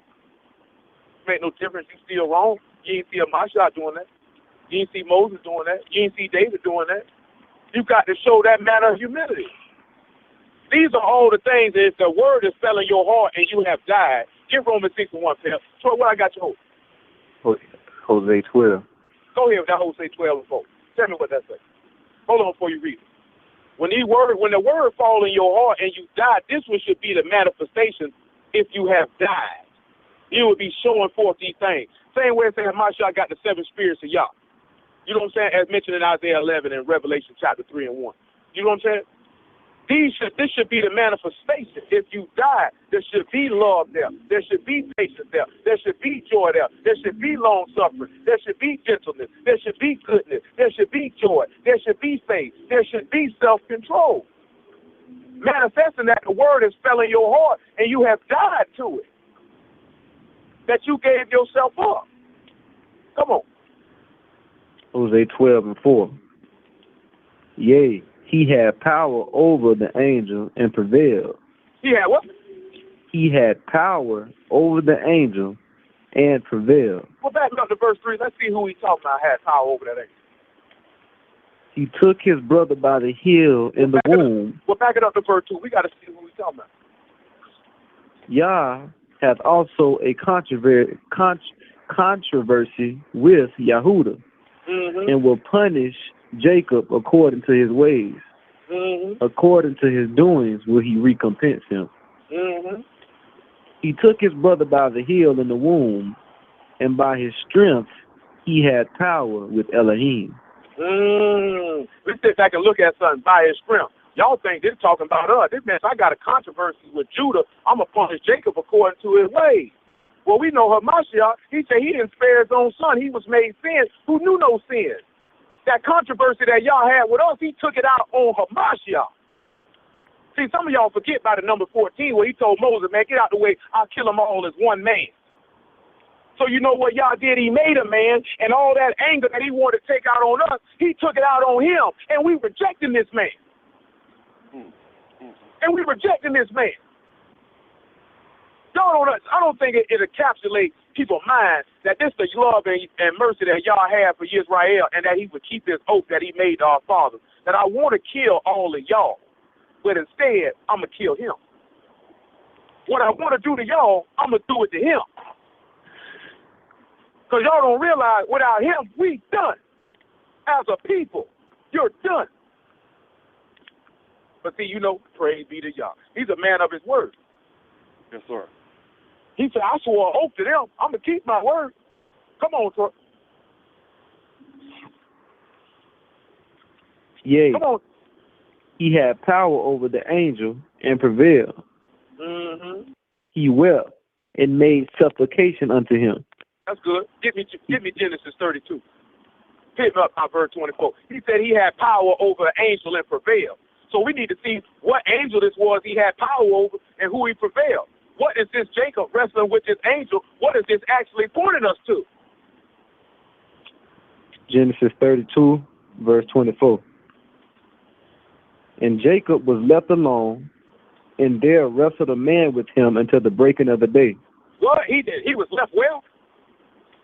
He was left alone. I could promise Hamashiach was in that grave by himself, and he wrestled with the angel till when? Until the breaking of the day. I could have promised that them people came to the sepulchre early in the morning and he was gone. Go ahead. And when he saw that he prevailed not against him, he touched the hollow thigh, and the hollow of Jacob's thigh was out of joint as he wrestled with him. Go ahead. And he said, let me go, for the day break. And he said, I will not let you go, except you bless me. He said, let me go, the day coming. Come on. And he said unto him, what is thy name? And he said, Yaakov. And he said, thy name shall be called no more Yaakov, but Yisrael. For as a prince hast thou power with Elohim, and with men has prevailed. Give me Hebrews 2:14. Ain't that something? Ain't that something? He said he wrestled with the angel to the breaking of the day. And when he let him go at the breaking of the day, he said, your name will no longer be Yaakov, no longer Jacob, but Yisrael. Because as a prince, thou hast power with El and man, thou hast prevailed. We know the tribe of Naphtali leads prevailing. Now we turn around and we look at something. We already read where he said Hamashiach was made a prince. We already read in Romans chapter 1, it said that he was declared to be the son of Elohim with power. Because Hamashiach told you in John chapter 10 about verse 17, I have power to lay my life down, and I got power to pick it up again. Oh, man. Come on, Troy. Yeah, Hebrews 2:14. Hebrews 4:14. 2:14. Hebrews 2:14. For as much then as the children are partakers of flesh and blood, he also himself likewise took part of the same. You know why? Because he said he had a controversy with Judah because of their iniquity. So I got to take part of the same. Why did he want to take part of the same? Come on. That through death he may destroy him that had power over death, which is the devil. That's why you see Jacob wrestling that angel and prevailing over him. He had to give me 1 John 3:8, Phil. You hold that Romans chapter 6. That's why he had to prevail over this angel. That's what it was really pointed to. We know Hamashiach literally didn't wrestle with Satan, literally wrestled with the devil, but he had to destroy him. He had to prevail over him to fulfill Genesis 3:15. You're going to bruise his head. You're going to step on his head. He's going to bruise your heel. I got to prevail over you. I got to beat you. In order for man to live. Get Galatians 3:13, Troy. We got to get ready to get out of here. Galatians 3:13. Come on, Phil. 1 John 3:8. He that committeth sin is of the devil. For what? For the devil sinned from the beginning. From this purpose, the Son of Elohim was manifested that he might destroy the works of the devil. He had to prevail, so we could prevail. That's why he say, who have overcome it? But he that believed Yahshua is the Son of Elohim. This is the victory, even our faith. This is our prevailing. We're able to prevail. That's why he said we are more than conquerors through him that loved us. We're able to conquer all things through a Mashiach, through the word, through him. By him dwelling in you and you dwelling in him. You can be able to die to the flesh and die to the world to manifest the fruits of the word. Come on. Come on, Phil. So, whosoever is born of Elohim does not commit sin, for his seed remaineth in him. And he cannot sin because he is born of Elohim. That man say he left us a seed, left us a remnant, unless we would be like Sodom and Gomorrah. That means if that word abide in you, you would no longer be in a habitual, continual state of transgressing y'all's word. You're going to stand. You're going to be a new creature manifesting those fruits because you would have that self-control if that seed was in you, because it would bear forth that fruit because you died. You would love God. You would keep the commandments if that seed was in you. That's why he say those that are born of Elohim won't sin. Because you'll have that patience to endure. You'll have that faith to trust in y'all that you will receive everything that he said you will receive for standing on the word. You would love him. You wouldn't transgress. You would be meek. You would humble yourself under the mighty hand of y'all. He will exalt you in due time. That's what you would do if the word was in you. What's verse 10 say? And this is the children of Elohim. The children of Elohim are manifest, and the children of the devil. That's how we know the difference. That's how we know the difference between the two. Those that commit sin are Satan's children. Those that stand on y'all's word are y'all's children. That's how we know the difference. The book told us to be able to make a difference. That's why he said he separated the light from the day from the night. And y'all saw it was good. It's got to be a separation. Regardless the contrary to belief, the word of y'all teaches separation. That's what consecrate, kodesh, all these things is separation. It's separation. Light and darkness can't abide in the same place. Clean and uncleanliness can't abide in the same place. There's got to be a separation. Faithless and faithful can't abide in the same place. There's going to be a separation. That's why he say, I severed you from other people that you might be mine. That means we can't be joined with any and everybody, contrary to popular belief. You can only be joined with those who love and believe God's word and keep it. Who keep the commandments of Elohim and the faith of Yahshua HaMashiach. If you ain't on that, how can I be one with you? That means I'm choosing man over y'all. I utterly refuse to do that. I refuse. I wouldn't care who you was. That means I done put an Elohim before y'all. That means I love you more than I love him. I don't love no man, woman, or child on this earth more than I love y'all. Nobody. That's the same mind Yahshua had. That's the same mind we got to have. We try to make excuses to put people before y'all in the name of unity. Well, you going to be unified with them in hell then. I'd rather be unified with saints than be unified with sinners. That's simple as that. That man say I ain't gonna be able to determine the righteous from a sinner if you linked up with him. He say, sanctify yourself, come out from among them, and touch not the unclean thing, and I will receive you. That means I got to come out from amongst them. That's what I got to do. That's what we all got to do if we going to be saved. This ain't what nobody telling nobody. I ain't fooling with nobody don't want to obey y'all's word, because I done died to the word. I know what the word say. I know what I got to do. Don't mean I don't love you. Don't mean I don't care for you. I just can't mess with you like that. He said don't be unequally yoked with unbelievers. What fellowship have light with darkness? What agreement does Hamashiach have with the lie? What agreement does the temple of Elohim have with idols? We ain't got no agreement with it. He told us that in the law in Deuteronomy chapter 7. Don't make no covenant with them people. He said, turn your heart from following me. You think that's just about Gentiles and Israelites? Somebody who black can turn you from following y'all. You get fooled up with them. You got to consider that. Don't be stupid.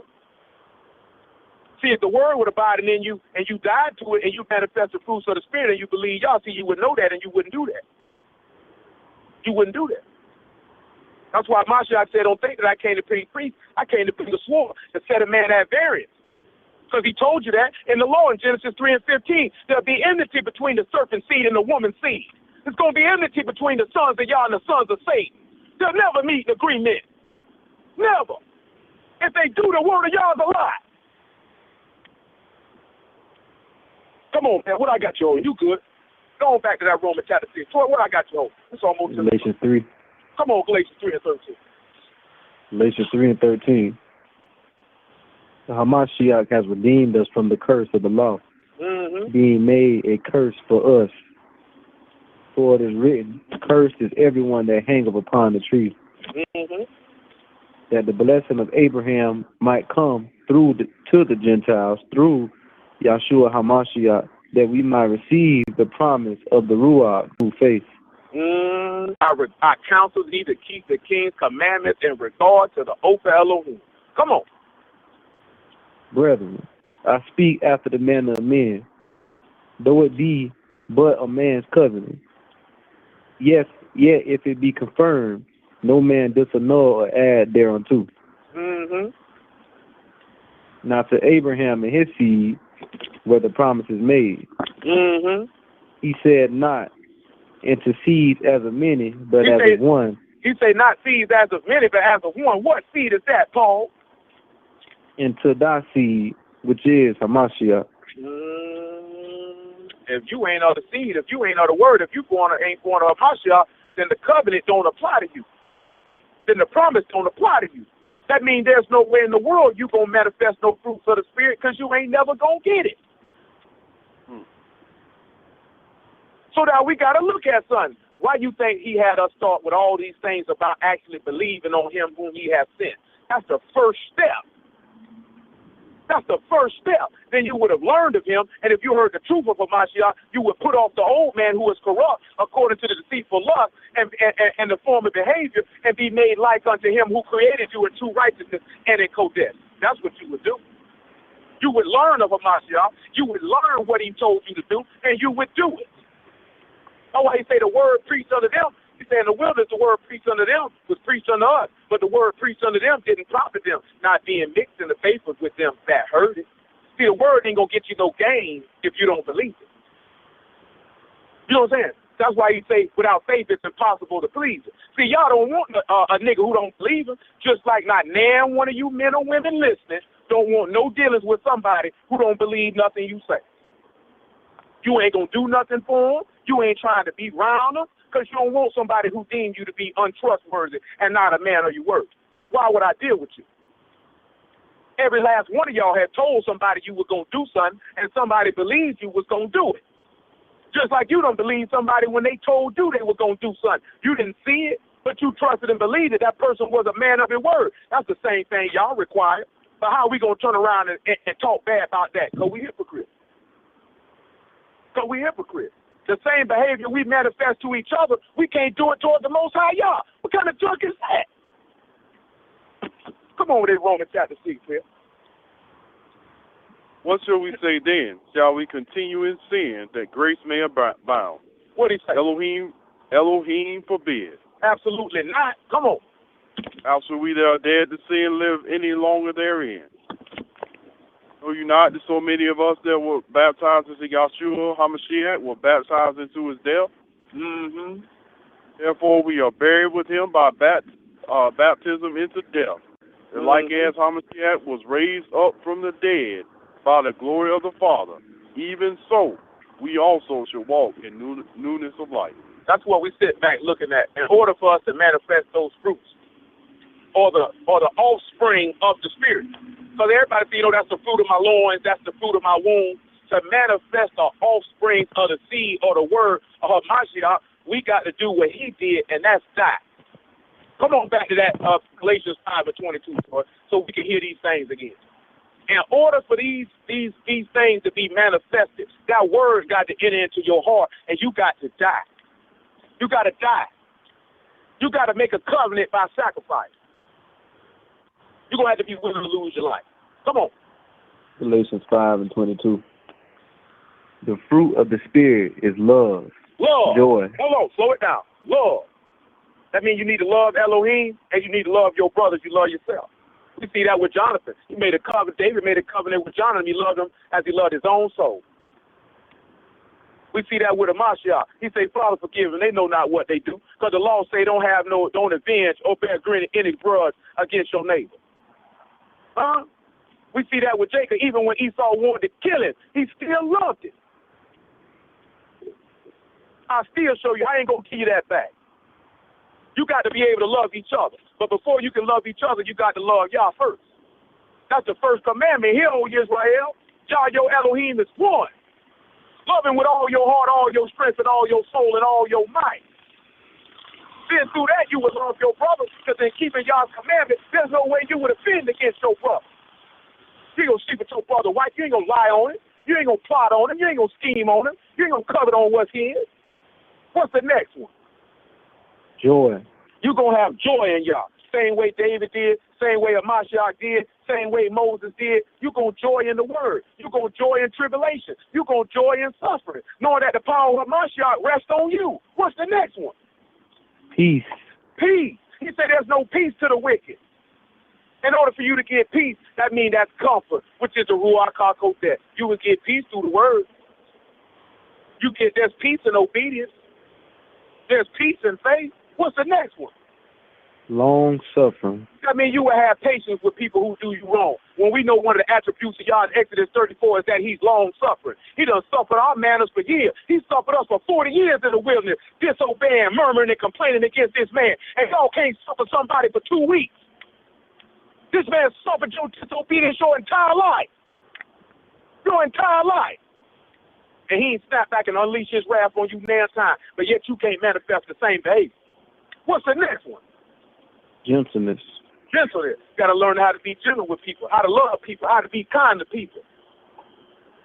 Especially to those who are suffering. How you can look at somebody hungry and don't feed them. Look at somebody that need a kind word and don't speak it. Look at somebody that need a hug and don't hug. Come on. Goodness. You ought to know how to be good. Because y'all say that's one of his attributes of goodness. He say he good to the evil and the just. So that means you would have to show that same behavior. You see the Mashiach being good to the evil and the just. Why you can't do it? What's the next one? Faith. You ought to believe God's word. What's the next one? Meekness. You ought to be humble. And what's the next one? Temperance. You ought to know how to control yourself.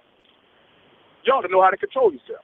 I'm going to tell you something. The book of James says if a man can't control his mouth, he can't control his body. He said if a man can control his mouth, he can control his body. You know, if you can't control your mouth, you can't control your body.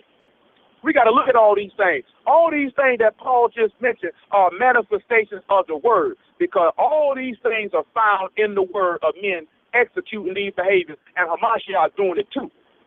So when the word is fell into your heart and you have died and the body is dead because of sin, but the spirit is life because of righteousness, because you believe the word and therefore you believed it, you obeyed it, then you would manifest these behaviors to show forth the evidence that the spirit of Yah resides in you and you reside in the spirit. And what did Paul say you got to do? Come on.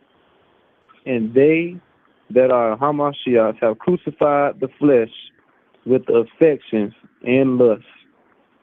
If we live in the Spirit, let us walk in the Spirit. Now, guess what? If you say you live in the Word, how about you walk in the Word? Don't talk it, do it. So that's what we got to look at. If we're going to be a Mashiach, we got to crucify ourselves to the lust and emotions of the flesh. You're going to have to rein it in to be disciplined to the Word. You're going to have to die. That's the thing don't nobody want to do. Matthew 13:47, Phil.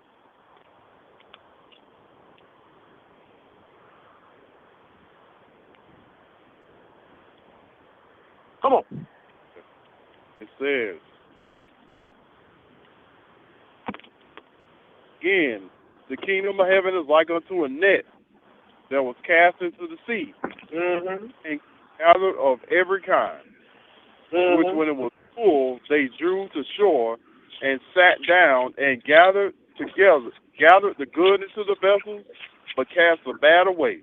What else? So shall it be at the end of the world. The angels shall come forth and sever the wicked from among the just, and shall cast them into the furnace of fire. What there else? shall be wailing and gnashing of teeth. Yahshua said unto them, have you understood all these things? They say unto him, yea, Lord. Then said he unto them, therefore every scribe which is instructed unto the kingdom of heaven is like unto a man that is a householder, which bringeth forth out of his treasure things new and old. Praise ye y'all for Yahshua HaMashiach and the Word. I pray this Word help whoever heard. I want to thank Pell and Troy for their assistance this evening. Again, we want to say thank you to Brother Sal for allowing us the opportunity. And again, praise ye y'all for Yahshua HaMashiach and the Word. Yes, sir. For the Word. All right, guys. So I see we got a lot of people standing by, listening to the show via phone or via Skype. This is your time. If you have any questions or comments, all you got to do is press number 1, and we can add you to the conversation. What do you think about this lesson, the fruit of the Spirit? Let us know. The number is 646-716-7320. That's 646-716-7320. Simply press number 1, and we'll add you into the conversation. By the way, the chat room is officially open as well. If you want to get access to the chat room, you have to go directly to the website, www.blogtalkradio.com/debatetalk4you. Click on the show Fruit of the Spirit, and you can interact with me and the people that's inside the chat room, and I'll read your question out to the special guest. But let's go to the first caller. Let's go to 865-776. Live in it.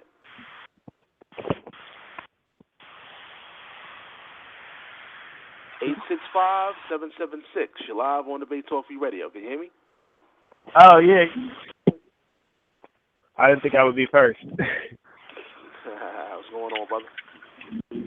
Oh man, I'm good. I was trying to be the third or the fifth, trying to get something, but I did enjoy the lesson. It was a very good lesson and everything like that. I just wanted to call and say I enjoyed it and everything. I enjoyed listening to it. I appreciate that. Praise the Lord. Definitely. All right, let's go to the next call. Let's go to 678-544. Live on Debate Talk for You Radio. Yeah, shalom. This is Award Ford. I mean, you know, my brother Dwayne dropped now. We had to call up and say shalom. And that was a powerful class. Yeah, that was a powerful class. And the spirit on this brother, man. And I bet you this brother got no paper written in front of him. I've met a million men. I never see a man drop this knowledge with that spirit on him like that, man. All praise to the Most High. Thank you for the class, bro. Praise the Lord. I appreciate it.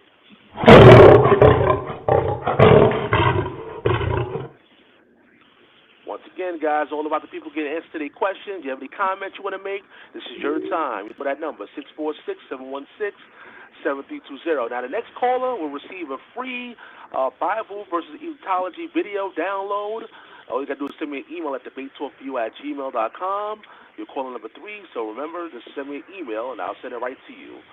So let's go to that caller right now. Let's go to 318-801. You're live in air. 318-801. You're live on Debate Talk Radio. Can you hear me? 318-801. Going once. Going twice. 3 times. 318. All right, we got to move on, actually. We got to go on to the next person. All right. Actually, nobody else is pressing number 1 right now at this time. But Dwayne Bond, any words you want to share? The last words you want to share with the people before we begin? Before we wrap this up, pretty much. And by the way, guys, we're going to be back for the roundtable next week. We have a special roundtable next week going on. Let me see the date real quick. It's going to be Tuesday, July 28th at 8 p.m. Eastern Time. And the roundtable is going to be roundtable episode 18. The topic of discussion: Messianics or non-Messianics? Which shall you choose? So we're going to have a couple brothers in the roundtable. We're going to have Mikael Ben Israel. We're going to have King Yeshaya here. We're going to have Daniel Ben Yaakov. Water Swordsman should be here on the panel. We're going to have Brother Jason, Dwayne Barton, and the Unity Ghost are going to be here. So that's going to be a very powerful discussion. Make sure you be here for the roundtable next week. Tuesday, July 28th at 8 p.m. Eastern Time. But hold on 1 second, Dwayne Barton. I see some more people pressing number 1. Let's go to the next caller. Yeah, go ahead, Dwayne. Want to say something? Go ahead. Want to say something? No, I say no doubt. I say you got other people calling. I say, go ahead. Okay. All right, so we'll go to the next person. And again, the next person is going to receive that Bible versus Egyptology video download. Let's go to the next person. Let's go to 678-431. They're live in air. Oh, hello, powerful lesson, Brother Dwayne. What's going on, brother? Y'all just brought the spirit tonight, brother. Appreciate you. Had a good job. Get the song. That's right. All right. And like I said, if you want us to get that free video, man, send me an email at debatetalkforyou@gmail.com. You've been calling number 3, so, send me that email, and I'll send it right out to you, man, as soon as possible, brother. Very powerful DVD from Brother Josh from Absolute Bible Truth. Okay, thank you. Let's see who else is here. All right, yeah, man, nobody else is pressing number 1, brother, so I guess you can share some last words with the people. Go ahead. All right, well, I just pray, by the way, HaMashiach, that the word that was given to us this evening may benefit all those that heard it. You got to understand and to be able to manifest and receive the gift that we speak of y'all, that we're going to have to be willing to die, and that we're going to have to believe the word. A lot of people say a lot of things when it comes to possessing this man's spirit, but yet they don't show the evidence of actually possessing. They don't show the behavior that's consistent with possessing. In order to receive this man's spirit, there has to be a consistent, disciplined behavior. A consistent, applied, disciplined behavior. That's the thing that hinders many from receiving it, besides obviously the main thing, which is a lack of faith, a lack of belief, a lack of trust in y'all. We have to learn as a people that all the things that are holding us back from getting where we need to go and where we want to go, we need to put these things to the side. We got to have to sit back and follow the example of the man who laid his life down for us by laying our life down for him. As Paul wrote in 2 Corinthians chapter 5, he simply does judge that it's one that died for all, that we all should be dead, and that we should live to him that died and rose from the dead. You know what I'm saying? Sometimes we get caught up in wanting to prove people wrong, or wanting to see who can manifest the most knowledge, or who can seem the most righteous and set apart in the eyesight of men, trying to get honor from men, instead of seeking the honor that comes from y'all own. As a Mashiach said, how can you believe that receive honor from him and not the honor that comes from y'all own? We have to consider these things. These things are holding us back as a people. Because let no man deceive you. Let no man deceive you. If you leave this earth, or you alive when the Mashiach comes back, and you have not received the Ruach HaKodesh, you will not enter into the kingdom of Yahweh. If you do not believe on HaMashiach as the scripture has said, you will not enter into the kingdom of Yahweh. If the word is in your call, if you've heard the word and you haven't died to it, you will not enter into the kingdom of Yahweh. If you commit sin, you will not enter into the kingdom of Yahweh. Don't let these people lie to you. Don't let these people make a fool out of you. Don't let these people have you sitting around here playing. Don't be dealing with people who actually don't have a care and love for your soul, who will care less if you commit sin or die and go to hell or not. Don't let these people play with your life like that. You ought to love yourself enough to say, I'm going to make a stand. I'm going to stand for something. And what I'm going to stand for is the righteousness of God's word. That's our problem. We don't want to stand for nothing. When we face with temptation, we're rather fold to it. It's easier to commit sin and to fall into the flesh than to be strong and be disciplined and resistant and stand on the word. It takes something in a man's heart to do that. It takes something to do that. If everybody could do it, wouldn't nobody be out here doing the junk they be doing, because it ain't in everybody's heart to do it. But for those of you who it's in your heart to do it, because that's who I'm talking to. Because if it ain't in your heart to believe and obey y'all's word, I ain't talking to you. To those who you that is in your heart to obey y'all's word, and it's in your heart to resist the flesh, I say keep standing. Keep standing and grow stronger and stronger in the word. Resist yourself. Deny yourself that you may live. To those of you who believe on the Mashiach, keep standing on that. Don't let nobody push you off that. If somebody could push you off it, that means you never believed it in the first place. That means you never believed it in the first place. You got to keep standing because your life on the line. Because whether you want to believe it or not, or whether you think it's a game, one day you're going to have to see that man. And when you see him, is your heart going to condemn you, or are you going to have hope and confidence toward this man when he gets you? When you see him. Because he told you, you're going to rise up before the hoary head. You're going to stand before that throne of judgment. What side of the ledger you going to be on? What's important to you? What's a priority to you? And what you got to sit back and analyze and assess yourself. Is the wages of sin worth the wages of righteousness? Is the pleasure of sin better than the fruits of the Spirit? Which one mean the most to you? Because the time for playing is over. Y'all see this stuff going on out here? Clock ticking. The clock is ticking. The clock is ticking. What you gonna do? And with that being said, praise ye Yahweh Yahshua HaMashiach and the word, and to the whole house of Israel, to the Jews first, and also to the Gentiles. Kodesh greetings. Love every last one of y'all, all those who stand on the word, living in the beauty of Kodesh. To the whole assembly of the firstborn, y'all blessed to all of y'all. Get your minds right, keep on standing. And all those young and old, near and far, who love and fear y'all, y'all blessed and be with you. All right, my brother. Once again, I appreciate you bringing forth the lesson out here at Debate Talk for you. I see we got a few more people pressing number one. I'm gonna take these calls in a minute, but those people that still want to are interested in that Bible versus Egyptology video project, if you still want to get that, you have to go directly to the website www.absolutebibletruth.com/store.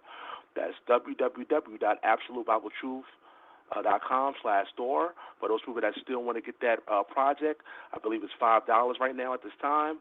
If you want to get that project from Absolute Bible Truth, again, you can check out some Brother Josh addresses some of the brothers from the House of Constance, such as Brother Polite, Shaka Atmos, Seti, and a lot of the other brothers out there that's representing the Egyptology mindset over there. Very powerful video.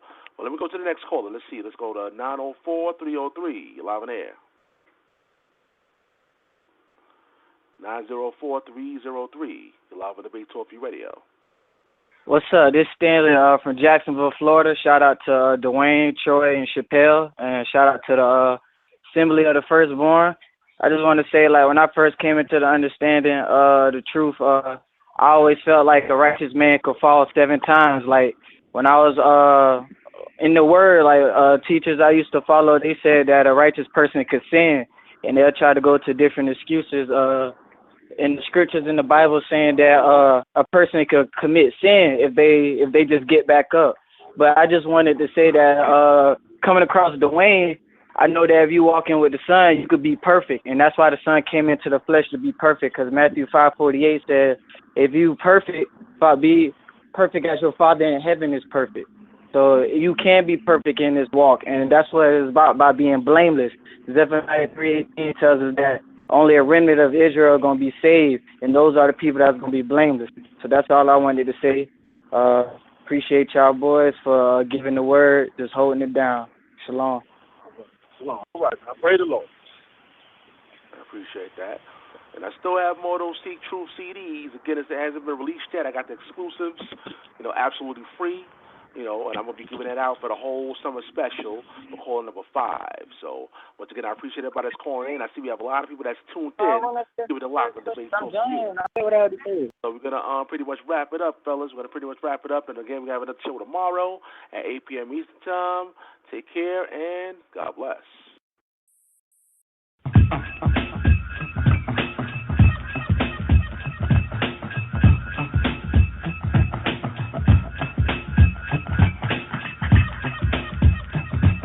This is your host, Sal Showtime, host of the radio show, Debate Talk for You Radio. I just want to take some time out to thank each and every person out there for supporting the show and tuning in from Monday to Friday at 7 p.m. Eastern Time, logging on to Debate Talk for You Radio. Everybody knows we have the greatest debates in the world. We are one of the most popular shows on the internet, so make sure you tell a friend to log on and check out the Facebook page by going to facebook.com/debatetalkforyou. That's facebook.com/debatetalkforyou. If you'd like to be a special guest, send me an email, debatetalkforyou@gmail.com.